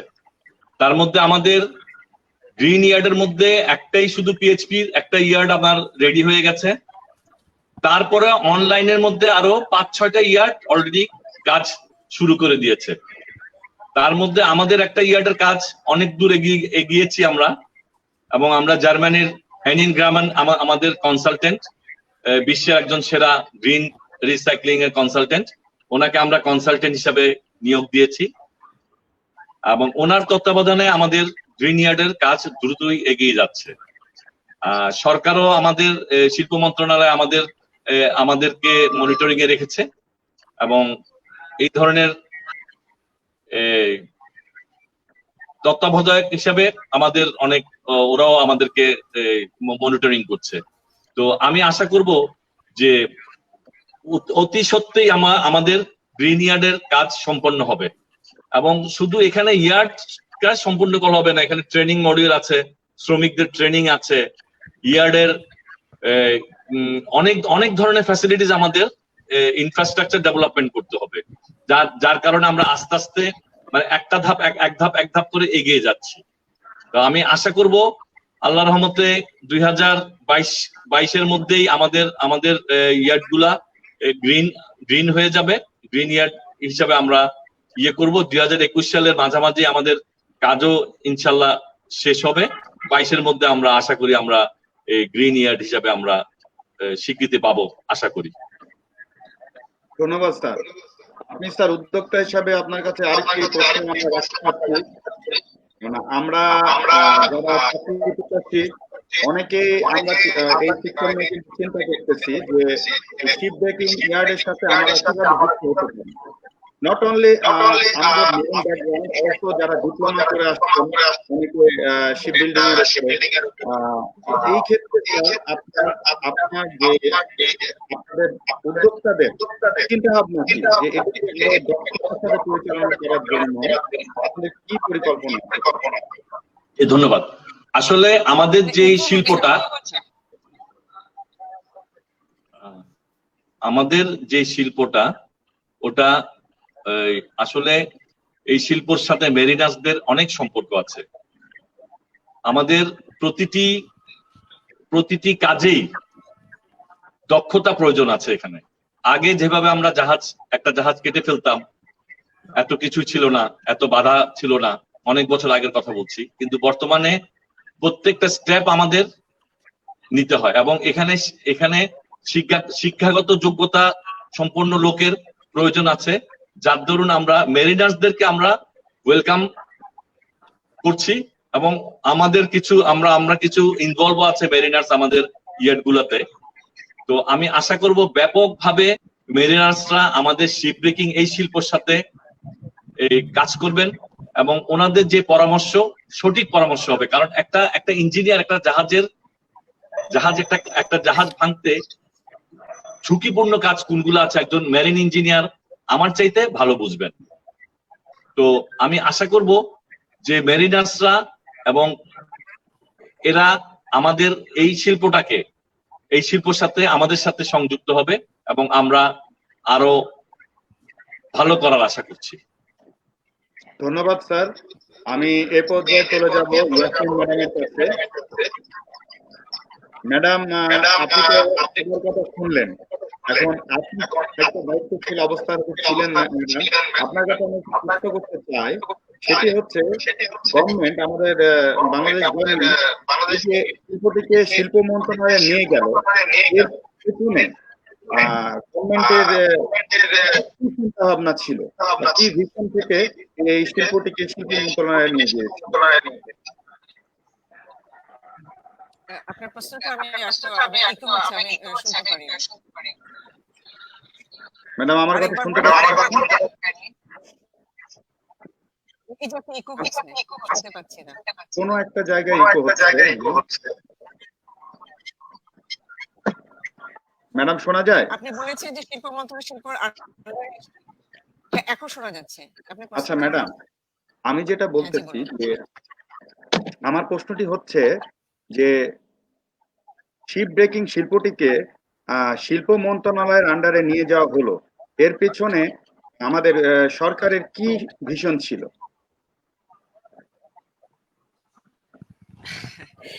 সরকার, আচ্ছা যাই হোক, এটাতে যখন যেটা আচ্ছা আমি সবাইকে ধন্যবাদ জানাচ্ছি, আপনাদের অনেক ফ্রুটফুল আলোচনা শুনলাম। আমি একটুখানি ক্যাপ্টেনের নামকে বলছি যে উনি কিন্তু আমাদের শিপ রিসাইক্লিং অনেকটাই আছে, আমরা বলি যে বট বৃক্ষ আর কি, আমি ওনার কাছ থেকে অনেক কিছু শিখেছি। তো যাই হোক, আমি ব্যাকগ্রাউন্ডে যেটা বলতে চাচ্ছি যে কেন এখানে সরকারকে ভিশন ছিল, যেটা আগেও ক্যাপ্টেন এনার বলেছেন যে এটা আগে শিপিং মিনিস্ট্রির আন্ডারে ছিল, শিপিং মিনিস্ট্রির আন্ডারে ছিল, কিন্তু লাইক একটা মিসিং লিংক ছিল। মনে হচ্ছিল যেন যারা যেমন এখানে যারা এন্টারপ্রেনার আছেন আর যারা নীতি নির্ধারণ করছেন বা মনিটরিং করছেন মিনিস্ট্রিগুলো, তার সাথে একটা গ্যাপ ছিল। মাননীয় প্রধানমন্ত্রী আসলে এটা একটা মিটিং এই মাননীয় প্রধানমন্ত্রী থেকে ডিক্লেয়ার করেছেন ইন্ডাস্ট্রি হিসাবে, সেই সাথে এটা শিল্প মন্ত্রণালয়ে এসেছে, দিতে হবে মানে মিশন করে বসা যাচ্ছে। তো যাই হোক, তো সেটা যেটা হচ্ছে যে তারপরে এটা বিষয়টা হচ্ছে যে এখানে শিল্প মন্ত্রণালয়, আমরা জানি যে যদিও সব শিল্পের জন্য শিল্প মন্ত্রণালয় কিন্তু রেসপন্সিবল না, কিন্তু কিছু কিছু শিল্প অবশ্যই আছে যেমন আমরা সরাসরি দেখছি, আর এটাকে আরো কিভাবে এটাকে ফ্লারিশ করা যায়, এবং যেহেতু এটা কিন্তু একটা জটিল শিল্প, অন্যান্য শিল্প থেকে কিন্তু ship recycling is really really different, এবং এটা সবসময় বলা হয় যেমন একটা ডেঞ্জারাস, যেমন ডিমিন, তারপর এই ধরনের, এই জন্য এটা শিল্প হিসাবে কিন্তু শিল্প মন্ত্রণালয় এটাকে আরো বেশি ফ্লারিশ করার জন্য, মনিটর করার জন্য শিল্প মন্ত্রণালয়ের আন্ডারে এটা একদম মাননীয় প্রধানমন্ত্রী নিজে এবং শিল্প মন্ত্রণালয়ের আন্ডারে এবং এটাকে পাচ্ছিল না, কারণ শিপিং মিনিস্ট্রি ফোকাস ছিল না, আনা হয়েছে। আচ্ছা, এই এটা ভিশনটা হচ্ছে এখন বলি যে সরকার যখন যে কোনো একটা শিল্পের জন্য কিন্তু আপনার কি দরকার, প্রথমে দরকার হলো সরকার কিভাবে কাজ করে, তার সরকারের ভূমিকা কি, ফ্যাসিলিটেটর হিসেবে কাজ করবে সরকার। সরকারকে নিজে সবকিছু করবে না, সরকার তার আইন কানুন পলিসিগুলো এমন ভাবে তৈরি করে দেবে যাতে কোনো শিল্প সেটা স্মুথলি রান করতে পারে। আর যেহেতু শিপ রিসাইক্লিং একটা জটিল শিল্প, যেমন আপনারা সবাই বলেছেন জাহাজটা কিভাবে তৈরি করে, তো একটা জাহাজ তৈরি করে কত বছর লাগে ক্যাপ্টেন এনাম ভাই, কত বছর লাগে একটা জাহাজ তৈরি করে, কত বছর লাগে জাহাজ তৈরি করতে, জাহাজ বানাতে কত বছর লাগে? তাই একটু আনমিউট করে নেন স্যার। আনাম অনেক স্যার। বছর লাগে একটা জটিল, তাহলে এটা ভাঙবো যখন, তাহলে সেটাও কিন্তু খুবই জটিল। একটা যাই হোক, তো এখন সরকার পলিসি যেমন আগে যে 2011 সালে আমাদের রুলস হয়েছে, কারণ হাইকোর্টের রুলিং ছিল যে আমরা পরিবেশ সম্মত ভাবে কাজ, যে কোনো শিল্পের দুটো কোনো মেইন বিষয় হচ্ছে যে এটা হলো সরকারের পক্ষ থেকে আপনি এনভায়রনমেন্টালি এটাকে ইয়ে রেখে এনভায়রনমেন্টকে ক্ষতি না করে আপনি এটাকে মেনটেন করছেন কিনা, এবং ওয়ার্কারদের নিরাপত্তা। তো যখন আমি আপনি বলেছেন সম্ভাবনার বিষয়টা কিন্তু এখানে আসে, অর্থাৎ আমি এই শিল্পকে সম্ভাবনাময় একটা শিল্পকে দেখছি, একটা একটা গ্লোরিয়াস একটা এটা হয়তো সম্ভাবনা আছে, যেহেতু আমাদের অনেক ওয়ার্কার জড়িত। আমার লোহা যার স্ট্যাটিস্টিক্স আমরা ক্যাপ্টেন ইনামার থেকে পেয়েছি, আমরা প্রথম বা দ্বিতীয় 2009 ছিল আমাদের খুব বেশি, আমরা 243 মানে অনেক সেই ভাঙা আডো নিয়ে আসা এবং অনেক অ্যাক্সিডেন্ট হওয়া, সেই বিষয়টাতে আসছি। তাহলে একটা শিল্পকে শিল্প মন্ত্রণালয় দায়িত্ব হচ্ছে তার রুল, আমাদের জানি 2018 সালে জানুয়ারিতে আমাদের একটা অ্যাক্ট হয়েছে। এখন কথা হচ্ছে যে সেটা আমি বাস্তবায়ন কিভাবে করব, সেই বাস্তবায়ন করতে গেলে আমাকে অবশ্যই রেসপন্সিবল এন্টারপ্রেনার আমার দরকার, যারা এটার সাথে জড়িত। এবং বাস্তবায়ন সরকারের দায়িত্বটা কি? যেমন আমাদের অনেক অভিযোগ আমরা শুনছি যে হ্যাঁ আমাদের লোন অনেক বেশি, যেমন 18% অনেক সময় দিতে হচ্ছে লোন। তাহলে যে কোনো ইন্ডাস্ট্রি, যেমন এটা যদি এখন অরেঞ্জ হয়ে আছে, বাংলাদেশ ব্যাংকে বলা আছে যখন আমি কোনো লোন বলেছিলাম যে লোনটাকে কমিয়ে না জানি, এটা আমি থেকে অরেঞ্জ থেকে আমি যদি গ্রিনে আনি, তাহলে কেন আমি ধরেন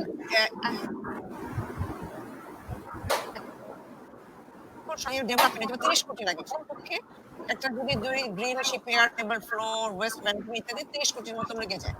সেইটা কোথেকে পাবে সম্ভাবনা করার জন্য? এই জন্য শিল্প মন্ত্রী যখন আসলে আমরা দেখেছি যে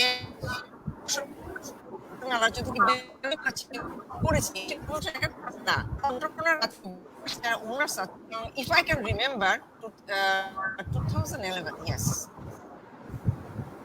I joined, আমি যখন I was looking after this sector, since then আমি দেখেছি যে জানেন ইভেন এমন হয়েছে, কোনো আমি আলোচনা করি, এখানে বরকত ভাই আছেন, ওনার সাথে আমাদের খুবই ভালো সম্পর্ক, আমাদের সব এন্টারপ্রেনারের সাথে খুব ভালো। ইভেন আমরা যখন যেতে চাইতাম ওনারা ভাবতেন যেন আমরা দেখছি ওনারা কি করছে।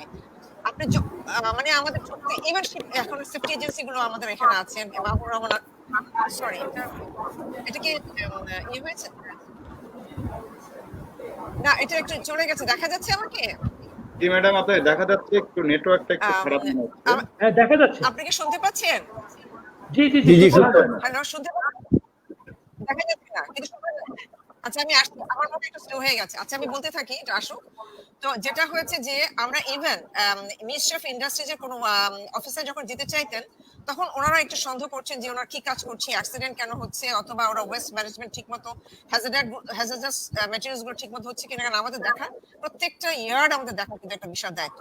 তখন এই ধরনের একটা ইয়ে ছিল, মানে একটা দুই পক্ষের ভিতরে একটা কিন্তু এক ধরনের সর্ট অফ অবিশ্বাস এটা ছিল, কিন্তু আমার মনে হয় এটা অনেক কেটে গেছে। তো সেখানে হচ্ছে যে আর পলিসি ইমপ্লিমেন্টেশন ব্যাপারে কথা বলেছি, আর সরকার এখন দায়িত্বটা বলি যে সরকার কেন দেওয়া যাচ্ছে, শিল্প মন্ত্রণালয়ের অনেকগুলো দায়িত্ব আছে। আমরা পলিসি করেছি কিনা, সেই পলিসি ইমপ্লিমেন্টেশন একটা অফ দ্য মেইন ক্রাইটেরিয়া হচ্ছে যে ওয়েস্ট ম্যানেজমেন্ট। ওয়েস্ট ম্যানেজমেন্ট হচ্ছে যেমন আমরা পরিকল্পনা করছি, আপনি শুনেছেন ক্যাপ্টেন ওলা বলেছেন, যেমন আমরা সেন্সলেস একটা প্রজেক্ট আমাদের আছে, সেখানে হচ্ছে যে আমরা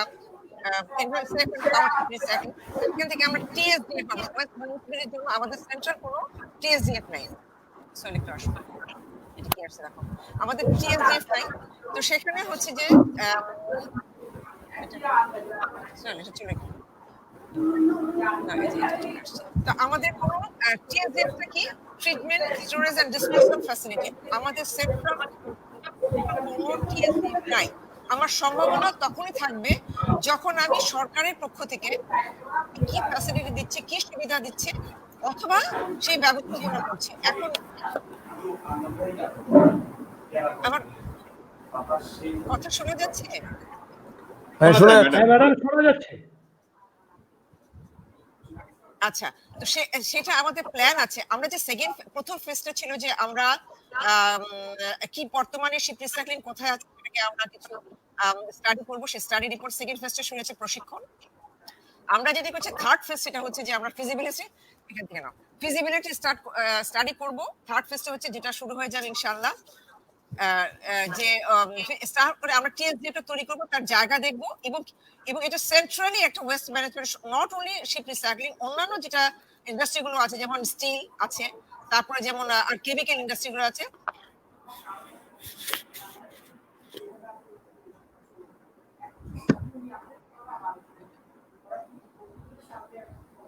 শিপ রিসাইক্লিং ছাড়াও কিন্তু আমার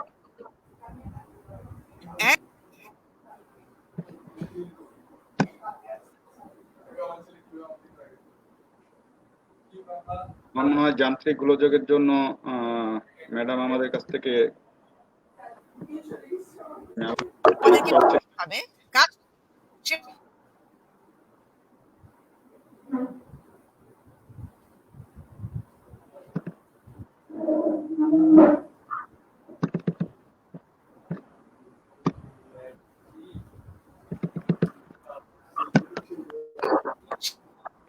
ম্যাডাম আমাকে শুনতে পাচ্ছেন?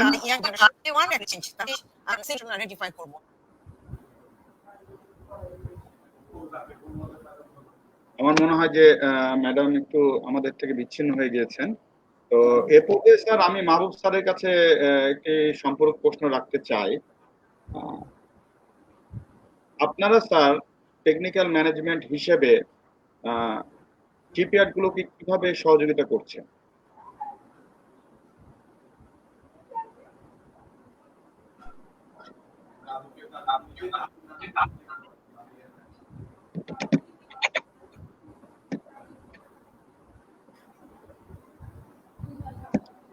তার একটু আনমিউট করে নেন। টেকনিক্যাল ম্যানেজমেন্ট বেসিক্যালি নয়, আমরা অ্যাজ এ সেফটি এজেন্সি আমাদের এঙ্গেজমেন্টটা শিপইয়ার্ডের সাথে, শিপ রিসাইক্লিং ইয়ার্ডগুলোর সাথে। তবে এখানে আমি ম্যাডাম আমাদের সাথে আবার যুক্ত হয়েছে উনি। আমার মনে হয় আমরা ম্যাডামের কথাটা একটু কমপ্লিশনটা টেনে তারপরে আমি কথা বলি। ম্যাডামকে আমরা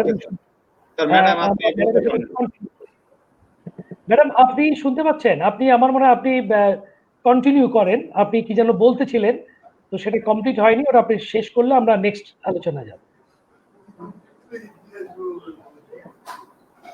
আই থিঙ্ক স্যার স্যার আপনি কন্টিনিউ করতে পারেন, এর ভাগে ম্যাডাম আসলে আমি সংযুক্ত করব। আচ্ছা ঠিক আছে, আমি প্রথমেই আমাদের এঙ্গেজমেন্টটা সেফটি এজেন্সি হিসাবে অর্থাৎ গভর্নমেন্টের সাথে এই শিপ রিসাইক্লিং এর সাথে আমরা কিভাবে জড়িত সেটা আমি এক্সপ্লেন করেছি। তবে এই জায়গায় আমি যেটা বলতে চাই, এখানে মেরিনার, দেখুন আজকের আমাদের টপিকের মূল আলোচ্য বিষয় হচ্ছে মেরিনারদের এঙ্গেজমেন্টটা কিভাবে, অর্থাৎ এই শিপ রিসাইক্লিং এর প্রসপেক্ট কি, প্রেজেন্ট স্ট্যাটাস কি, এবং মেরিনারদের এঙ্গেজমেন্টের সুযোগটা কোন জায়গায়। আমার মনে হয় সেফটি এজেন্সির আলোকে আমি কিছু পয়েন্ট এখানে হয়তো বলতে পারি, এক্সপ্লেন করতে পারি। সবাই যেমন এন্টারপ্রেনারও আছেন, স্যারের মতো experience ship recycling consultant as a আমার এক্সপিরিয়েন্স, আমাদের পায়োনিয়ার বিচিং মাস্টার আছেন, ম্যাডাম আছেন। সো রিসাইক্লিং প্রসেসে যখন হংকং কনভেনশনে আমরা যখন চলে যাব, তখন আমাদের একটা আমরা আলোচনায় একটা বিষয় খুব উঠে এসেছিল, সেটা হচ্ছে হ্যাজারাস ম্যাটেরিয়াল ম্যানেজমেন্ট। এখানে ইম্পর্টেন্ট বিষয় হচ্ছে to identify the hazard, that is IHM, inventory of hazardous material. জাহাজটা যখন রিসাইক্লিং এর আগে বেসিক প্রিন্সিপাল হচ্ছে জাহাজটাকে আমি পরিষ্কার করব, তারপরে তাকে কাটাকাটি করব। পরিষ্কার করতে গেলে জাহাজটাতে কি পরিমাণে ময়লা আছে, ময়লা কোথায় আছে সেটা আমাকে আগে আইডেন্টিফাই করব, তারপরে পরিষ্কার করব, জাহাজটাকে আমি কাটবো। This is very simple. So জাহাজিওয়ালা অর্থাৎ শিপ মেরিনাররাই জাহাজের টোটাল কনস্ট্রাকশন ফিচারে কোন জায়গায় কোন অংশে কি টাইপের ম্যাটেরিয়াল ইউজ হয় তাদের চেয়ে অন্য কেউ কিন্তু বেশি জানে না। এখন ওয়ার্ল্ড ওয়াইড নন মেরিনাও ওরাও আইএচএম করে, বাট আমার কথা হচ্ছে এই ইন্ডাস্ট্রিতে যদি মেরিনার যে কোনো স্টেজের মেরিনারই যদি একটু ট্রেনার বেসিক ট্রেনিং নিয়ে সে আইএচএমটা প্রত্যেকটা ইন্ডিভিজুয়াল ইয়ার্ডের আন্ডারে একজন করে আইএচএম ইন্সপেক্টর যদি আমরা তৈরি করতে পারি বা আমাদের মেরিনাররা যদি ইন্টারেস্টেড হয়, ইট উইল বি একটা সুপার একটা engagement, mariner engagement in sheep recycling. 2 নম্বর হচ্ছে আমাদের নাইসলি জাহাজটাকে মেশিনারি গুলোকে ডিসম্যান্টলিং করতে হয় সেফলি। ডিসম্যান্টলিং প্রসেসে যদি সুন্দর করে একটা জিনিস উইদাউট ড্যামেজ একটা মেশিনারি যদি কেউ ডিসম্যান্টল করে তার কোয়ালিটি ইনটেক্ট থাকে, ভ্যালুটা আমরা মেনটেন করতে পারি। সেইখানে সুপারভাইজারি অর্থাৎ মনিটরিং লেভেলে ওভারঅল শিপইয়ার্ডে যদি একজন mariner, marine engineer any stage তার একটা বেসিক ডিসম্যান্টলিং ট্রেনিং ফরম্যাট দিয়ে তাকে যদি এঙ্গেজমেন্টটা হয়, then it is possible. Safety officer প্রত্যেকটা ইয়ার্ডে একজন করে occupational health and safety officer নিয়োগ করতে হবে বা থাকতে হবে to maintain the occupational health and safety. এটা হচ্ছে হংকং কনভেনশনের এই স্টেজের রিকোয়ারমেন্টগুলো। প্রত্যেকটা ইয়ার্ড তার ডেইলি সিস্টেম, তার একটা টোটাল মেনটেন্যান্স প্ল্যান, মেনটেন্যান্স শিডিউলের মধ্যে থাকতে হবে। তো সেখানেও কিন্তু একটা টেকনিক্যাল হ্যান্ডস জাহাজে যেমন আমরা ইয়ে করতে পারি। আর একটা খুব ইন্টারেস্টিং জিনিস হচ্ছে জাহাজ প্লেট হচ্ছে একটা শিপ রিসাইক্লিং এর মেইন প্রোডাক্ট হচ্ছে প্লেট অ্যান্ড অল অ্যাঙ্গেলস, অন্যান্য আইবি। জাহাজ কনস্ট্রাকশনের ফিচার আমাদের জাহাজে একটা কিন্তু ড্রয়িং এ থাকে যেখানে আমরা টোটাল শেল এক্সপানশন ড্রয়িং বলে। একটা শেল এক্সপানশন ড্রয়িং যের মধ্যে লেখা থাকে কোন অংশের কোন থিকনেস, কোন জায়গায় কি জাহাজটা তৈরির সময় কোথাকায় কোন কোন প্লেট দিয়ে কত থিকনেসের প্লেট দিয়ে জাহাজটা তৈরি হয়। এই শেল এক্সপানশন ড্রয়িং এমন একটা ক্রিটিক্যাল ড্রয়িং, এটা বুঝতে গেলেও কিন্তু একটা মেরিনারের দরকার। দ্যাট মিনস যদি একটা মেরিনার শেল এক্সপানশন ড্রয়িং যদি একটা নাইসলি এক্সপ্লেন করে একটা ইয়ার্ড ওনারকে, সে কিন্তু তার প্রোডাক্টিভিটি, তার production planning, market planning, backward linkage planning সবকিছু সে নাইসলি করতে পারে। এখন কথা হচ্ছে যে একটা ইয়ার্ডে মেরিনাররা কি একদম ডাইরেক্টলি এভাবে বছরের পর বছর এঙ্গেজ থাকতে পারবে? আমরা জানি যে মেরিনাররা হাই স্যালারিতে থাকে।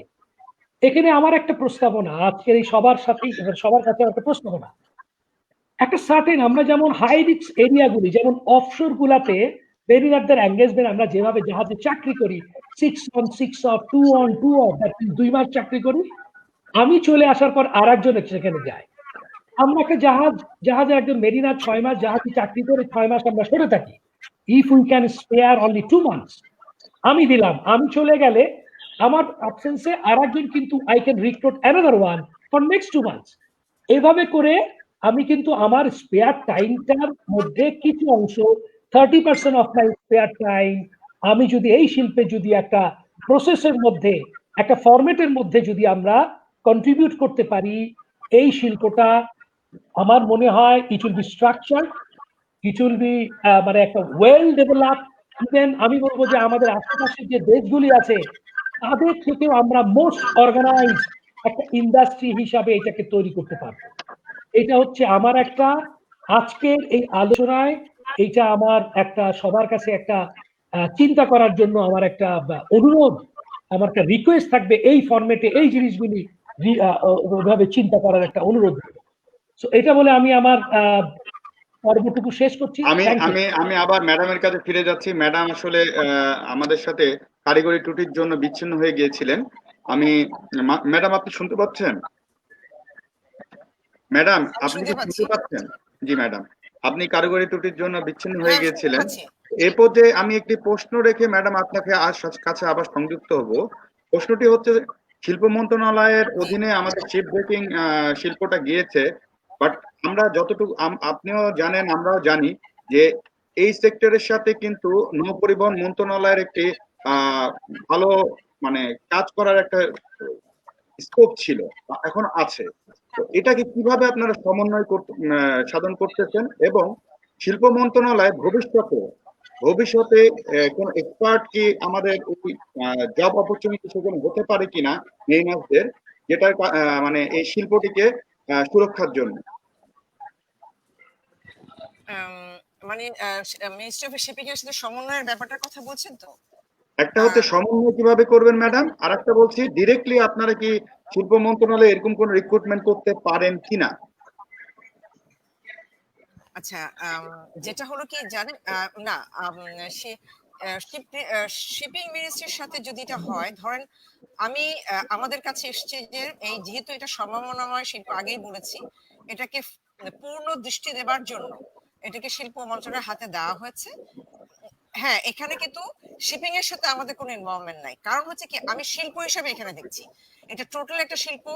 যেমন আমি বলেছি আমাদের রুলস অ্যাক্ট হয়েছে, সেটাকে এখন আমরা বাস্তবায়নের জন্য যাচ্ছি, এবং সেন্ট্রাল একটা টিএসডি, আমি জানি এই কথাটা আমি আগে কিন্তু বলেছিলাম, ডিসকানেক্টেড হয়ে গিয়েছিল। Treatment storage and disposal facility আমরা সরকার করছি, feasibility study already will be starting.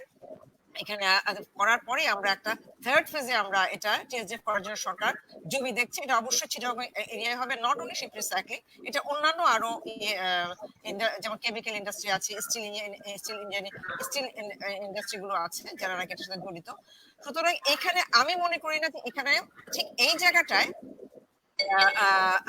Shipping এর সাথে সমন্বয় করার কোনো প্রয়োজন নেই। এখন হ্যাঁ, এখন স্পেশাল যে কাজগুলো আছে, মনে করেন যে আমি টিএসডিএফ তৈরি করবো, এখানে কি শিপিং এর সাথে কোনো জড়িত হওয়ার কোনো ব্যাপার আছে না? এখানে হচ্ছে যে যিনি কনসালটেন্ট শিপ রিসাইক্লিং এ যদি আমার ওই ধরনের ওনার কাজ আসে, তাহলে অবশ্যই উনি এখানে ইনভলভড হবেন। সেই কনসালটেন্ট অবশ্যই দেখেন এখন সেফটি এজেন্সির কারা আছে, যারা নাকি জাহাজের ক্যাপ্টেন ছিলেন, অথবা যারা এই শিল্পের সাথে জড়িত আছেন দীর্ঘদিন শিপিং এর সাথে, তারা কিন্তু এসছেন এখানে, কিন্তু নন টেকনিক্যাল পার্সন আসবেন। আমি কিন্তু সেখানে কাজ করতে পারবো না, যেখানে আমার এখন আমি যখন টিএসডিএফটা তৈরি করব, এখানে কারা আসবেন, যারা এই ওয়েস্ট ম্যানেজমেন্টের সাথে জড়িত, যারা এখানে থাকবে শিপিং এর সাথে, তার কিছু হয়তো থাকতে পারে, আমরা যেমন ইন্ডিয়া আমরা দেখেছি বা চায়নায় আমরা দেখেছি, তারাই কিন্তু আসবেন। সুতরাং আমার মিনিস্ট্রি অফ ইন্ডাস্ট্রিজের সাথে এখনই শিপিং এর সাথে সরাসরি কাজ করার মানে জাস্ট আমি কি কাজ করছি, এখন আমার কাজটাকে বুঝতে হবে। মিনিস্ট্রি অফ ইন্ডাস্ট্রি কি কাজ করছে? অ্যাপ্রুভাল দিচ্ছে বিচিং, ইন্ডাস্ট্রি দিচ্ছে বিচিং, কাটিং এবং পরিদর্শনের জন্য যে অনুমতিগুলো দিচ্ছে। আর কি দেখছি? আমি ডেভেলপমেন্টের সাইডটা দেখছি। আমার হংকং কনভেনশন রেটিফাই করতে হবে, কাদের সাথে? অন্ত্রপ্রনারদের সাথে মিলে আমাকে কাজ করতে হবে। প্রশিক্ষণ ঠিক মতো আছে কিনা, আমার এনভায়রনমেন্টটা ঠিক মতো আমি প্রোটেক্ট করছি কিনা, এইসব বিষয় আমি। আর এখন যদি স্পেশাল কাজ করছে ওনারা ইয়ে করে, মানে ইউআই এক্সপ্রেশন অফ ইন্টারেস্ট দিয়ে ওনারা কিন্তু কমপ্লিট করে আসছেন। যিনি কমপ্লিট করে আসবেন আমার স্পেশাল কাজের জন্য, তখনই যারা জড়িত আছেন সেখানে কিন্তু নন টেকনিক্যাল পার্সন, কারণ এটা খুবই একটা কমপ্লিকেটেড জব, তার এমনি আমার ইনভলভমেন্ট হবে যখন আমার লাগবে। কিন্তু এই আমার রুটিন ওয়ার্কের জন্য আমি মনে করি না যে এখানে অন্যদের জড়িত হওয়ার কোনো ব্যাপার আছে। স্পেশাল কাজের জন্য অবশ্যই তারা আসবেন, এবং সরকার মিনিস্ট্রি অফ ইন্ডাস্ট্রি তখন অবশ্যই তাদেরকে নেবেন। আচ্ছা, আমি কি ধন্যবাদ ম্যাডাম, আবার আমাদের থেকে বিচ্ছিন্ন। আমি এই পর্যায়ে আনাম স্যারকে একটি প্রশ্ন করতে চাচ্ছি যে আমাদের এমএসএ 2020 যে অ্যাক্ট তৈরি হচ্ছে, সেখানে কিন্তু কিছুটা স্যার, আমি দুই একটা মিটিং এ অ্যাটেন্ড করার সৌভাগ্য হয়েছিল, আমি দেখেছি still something going on, problem going on between Ministry of Industry and Ministry of Shipping. জাহাজ যখন বিচে থাকছে, একটা জাহাজ যে বিচিং এর জন্য নিয়ে আসা হচ্ছে, এই যতক্ষণ পর্যন্ত বিচে না উঠতেছে, বিচিং না হচ্ছে, ওনারা বলতেছেন যে এটা হচ্ছে শিপিং মিনিস্ট্রি আন্ডারে। যখন কিনা এটা বিচিং হয়ে উপরে আসছে, তখন শিল্প মন্ত্রণালয়ের আন্ডারে ওরা হ্যান্ড ওভার করতে চাচ্ছে। এই ক্ষেত্রে স্যার আপনার মতামত আমি জানতে চাচ্ছি। Thank you, it's a very interesting question. আমার মনে হয় আমাদের জুরিসডিকশনের ব্যাপারে আমাদের অনেক সমস্যা আছে, এবং আমরা জুরিসডিকশন সবাই নিতে চাই, কিন্তু we don't work for it. এবং শিপিং মিনিস্ট্রি এটা জানা উচিত, when she came as a ship, she came as a ship, but when she got, যখন উনি অ্যারাইভ করছেন, আজকে খাবার খেতে নয়, উনি খাবার হিসেবে আসছেন মুরগি। সো তখন এটা সুকান্তের কবিতার দিকে আমাদের যেতে হবে। এতদিন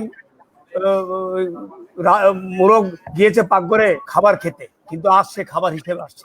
যখন খাবার হিসেবে আসবে তখন তার কিন্তু স্ট্যাটাস চেঞ্জ হয়ে গেছে। এই জাহাজটা যখন has come for recycling, it is a commodity, it is a cargo, it is no more a transport.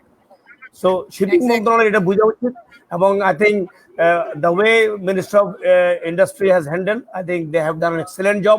Unfortunately, it should have been a part of Minister of Shipping, but somehow or other এটার একটা failure, একটা gap কারণে এটা failure হয়েছে। এবং আমি মনে করি মাননীয় প্রধানমন্ত্রী she has taken the right step এবং right time to save this industry and save the country as a whole, because এই ইন্ডাস্ট্রির যে কি ইম্প্যাক্ট, প্রধানমন্ত্রী যখন এটা বিভিন্ন দিকে উনি সার্ভে করে দেখেছেন যে this is the industry without which Bangladesh cannot live, this went to that stage, so which the ministry of shipping unfortunately fail to understand.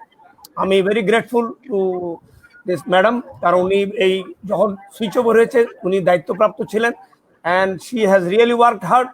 It was tough for her, but I appreciate যে উনি যে কাজ করে দিয়ে গেছেন, it has been excellent. So the jurisdiction of shipping industry remains up to that much. যখন জাহাজটা arrive করেছে, they give a clearance, they take a clearance from the PMD, they take a clearance from port, but the moment এটা যখন IGM হয়ে গেছে, this is no more a ship, it has changed its format into a commodity, এখন এটা একটা import item. তো সেই ক্ষেত্রে থেকে ওনাদের আর কোনো কাজ নেই, এবং ওনাদের এটার হলো যে they have to rethink এবং reassess themselves what they want to say. So এটা definitely যখন commodity হয়ে গেছে, it is under Ministry of Industry, and Ministry Industry is doing a very good job.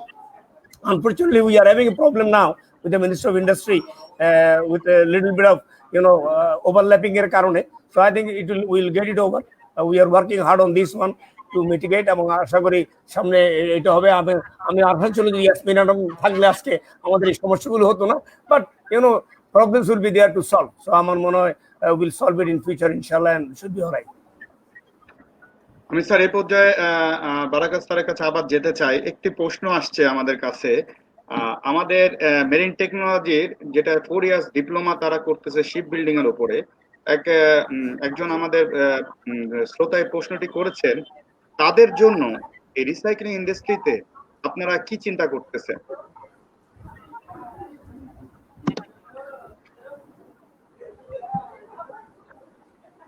Sir আপনি মিউটে আছেন স্যার, প্লিজ একটু unmute করেন। ধন্যবাদ আপনাকে, শ্রোতাকেও ধন্যবাদ। অ্যাকচুয়ালি আমি প্রথমেই বলেছি যে আমাদের এটা ডেভেলপ করছে আমাদের ইনফ্রাস্ট্রাকচার, এই ডেভেলপমেন্টের সাথে এইসব মানে এই ট্রেন্ড লোক দরকার আমাদের, যে সেফটি অফিসার গুলা প্রত্যেকটা ইয়ার্ডের, আমাদের যে 6টা ইয়ার্ড আছে তার মধ্যে আমাদের 4টা ইয়ার্ডেই সেফটি অফিসার এবং একজন সেফটি ম্যানেজারও আছে। এই ধরনের লোকগুলা আমি আশা করব মেরিনারদের থেকে আসলে ওরা আমাদের কাছে অ্যাপ্লাই করুক কাজের জন্য, ওরা আমাদের শিপ ব্রেকিং আমাদের অ্যাসোসিয়েশনের সাথে যোগাযোগ করুক ওদের চাকরির জন্য। আমার মনে হয় ওদের কাজ আমাদের ইয়ার্ড গুলাতে ওদের জন্য জায়গা এখনো আছে। আর বিশেষ করে আমাদের এই সেক্টরটাকে মাননীয় প্রধানমন্ত্রী শেখ হাসিনা বিশেষ করে ওনার বিশেষ নজর আছে আমাদের এই সেক্টরটাতে, এবং উনি ব্যক্তিগতভাবে এই ইয়াসমিন আপা জানেন, উনিও জানেন শেখ হাসিনা আমাদের প্রধানমন্ত্রী এই সেক্টরকে যথেষ্ট গুরুত্ব দেন এবং উনি চান এটা ডেভেলপ করুক। এবং এটার আর আপনি একটা জিনিস খেয়াল করবেন যে আমাদের কিন্তু ডেভেলপ হচ্ছে, যথেষ্ট ডেভেলপ হচ্ছে। আগে যেভাবে একটা ছিল, দুর্ঘটনার প্রবণতা ছিল, অনেকটাই কমে এসেছে। এটা কিসের জন্য? সেফটি আমাদের সেফটি অ্যাওয়ারনেস এর কারণে। যারা সেফটি অফিসার গুলা এবং ম্যানেজমেন্ট যা কাজ করছে আমাদের যে সেফটি এজেন্সি গুলা, ওনাদের তত্ত্বাবধানে এবং আমাদের সুপারভিশনে এবং আমাদেরও সেফটি অফিসার গুলা যারা সুপারভিশন করছে ওরাও শিক্ষিত লোক। আমি আশা করব মেরিনাররা আসুক আমাদের কাছে, ওরা চাকরির জন্য অ্যাপ্লাই করুক এবং সরাসরি আমাদের যে শিপ ব্রেকিং অ্যাসোসিয়েশন আছে অ্যাসোসিয়েশনের সাথে যোগাযোগ করুক। ধন্যবাদ। ধন্যবাদ ইয়াসমিন ম্যাডাম। আমাদের অলরেডি 1 ঘন্টা হয়ে গিয়েছে। 2 মিনিটে আমাদের এই শিল্পে যে কথাগুলো বলতেছিলেন করার জন্য ইয়াসমিন ম্যাডাম। আপনার শোনা যাচ্ছে না ম্যাডাম, এখন শোনা যায় ম্যাডাম? এখন শোনা যাচ্ছে। হ্যাঁ ম্যাডাম, আমি বলতেছি কি বলছেন? আপনি আবার আমাদের সাথে বিচ্ছিন্ন হয়ে গিয়েছিলেন। তো আমাদের সময় এখন একটু সংক্ষিপ্ত। তাই নাকি? এখন আপনি 2 মিনিটের মধ্যে আচ্ছা। আপনার অংশটুকু শেষ করতে পারেন। আমার ওই আগের অংশ কি শোনা যায়নি? মানে লাস্ট অংশ আপনি ফিনিশিং দিতে পারেননি, ওই টাইমে আমরা বিচ্ছিন্ন হয়ে গিয়েছিলাম। না, যেটা আমি বলেছি, সবাই বলেছে যে সুযোগটার কথা বলেছি যে আমরা কি বলেছি যে ওখানে শিপিং এর সাথে আসলে যখন এটা ইন্ডাস্ট্রি লুক আফটার করবে তখন এটা ইন্ডাস্ট্রি হিসেবে আমি বলছি, কিন্তু আমি কি দেখছি যে সেটা ইন্ডাস্ট্রি হিসেবে তার সেফটি এবং পরিবেশ সম্মত হচ্ছে কিনা সেখানে কিন্তু শিপিং এর সাথে কোনো সম্পর্ক নেই। আর যদি আবার স্পেশাল কোনো ওয়ার্ক থাকে সেটা অবশ্যই আমরা কি করছি, সেফটি, যেমন আমাদের এখানে এজেন্সি গুলো আছে, ইনকার আছে এবং অন্যান্য আরো অনেকগুলো আছে, আর তিনটা আছে, গ্রিন টেক আছে, আরো একটা আছে, নীতি এন্টারপ্রাইজ আছে। তারা কি হবে, ইউআই এর মাধ্যমে তারা ওই মেরিনারাই কিন্তু এখানে এসছেন, অর্থাৎ স্পেশাল কোনো রিকোয়ারমেন্ট হয়েছে সেটা তারা আসতে পারবে, কম্পিটিটিভ ওয়েতে আসবে। কিন্তু এইখানে যে নরমাল যে কাজগুলো করছে অনুমোদন অথবা পলিসি ম্যাটার গুলো, আমাদের রুল ইমপ্লিমেন্টেশন ব্যাপারগুলো লুক আফটার করা, মনিটর করা এবং হংকং কনভেনশনের ব্যাপারটা টিএসডি, আমরা যে সেন্ট্রাল একটা টিএসডি করতে যাব, এখানে কিন্তু তার সাথে কোনো সম্পর্ক নাই। জাস্ট সি অ্যাজ এ একটা industry. So the Ministry of Industry of course is looking after the industry as মানে other industries. আমরা অনেকগুলো ইন্ডাস্ট্রি দেখছি, তার মধ্যে এটা কিন্তু one of the main industry that we are looking after. সুতরাং এখানে আসলে শিপিং এর সাথে কোনো সম্পর্ক নেই বলে আমি মনে করি। আর ক্যাপ্টেন এনাম এটা ভালো জবাব দিয়েছেন, কিন্তু উনি অনেক অভিজ্ঞ এবং দীর্ঘদিন থেকে ওনারা জড়িত আছেন। সুতরাং আমি মনে করি যে মিনিস্ট্রি অফ ইন্ডাস্ট্রিজ কাজ করছে, যখন তার স্পেশাল ওয়ার্ক থাকবে তখন এইটার সাথে জড়িত যারা তারা অবশ্যই আসার সুযোগ আছে, সেটা কম্পিটিটিভ মধ্যে স্পেশাল কাজ হিসেবে, সেটা নর্মাল যে কাজগুলো আছে তার মধ্যে না। ধন্যবাদ ম্যাডাম। আমরা অনেকক্ষণ এই আমাদের একটি সম্ভাবনাময় শিল্প নিয়ে কথা বললাম। শুধু সম্ভাবনাময় শিল্পই নয়, এই শিল্প হাত ধরেই কিন্তু আমরা এগিয়ে যাচ্ছি, কারণ আমাদের এখন বড় বড় মেগা প্রজেক্ট হচ্ছে। পদ্মা সেতু, আমাদের আবার যমুনা দ্বিতীয় সেতুর কাজ শুরু হচ্ছে। স্কিলের আমাদের কিন্তু চাহিদা বাড়তেই আছে এবং সামনের দিন আরো বাড়বে।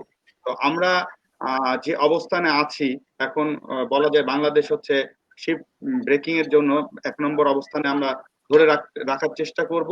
এবং আমরা পরিবেশকেও ঠিক রেখে, কারণ এখানে অনেক প্রশ্ন আছে, আমাদের হচ্ছে 23 প্রজাতির মাছ কিন্তু এখন আমরা আমাদের যে মাছের আমরা সন্ধান পাচ্ছি না।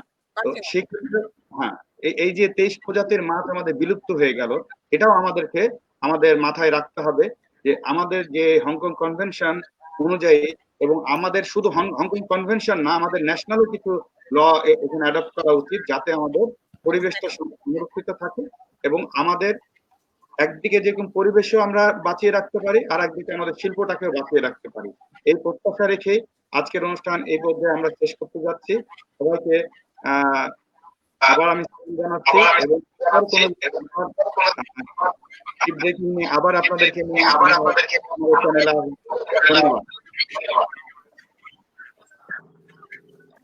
থ্যাংক ইউ ভেরি মাচ সবাইকে, থ্যাংক ইউ ভেরি মাচ সবাইকে। Thank you.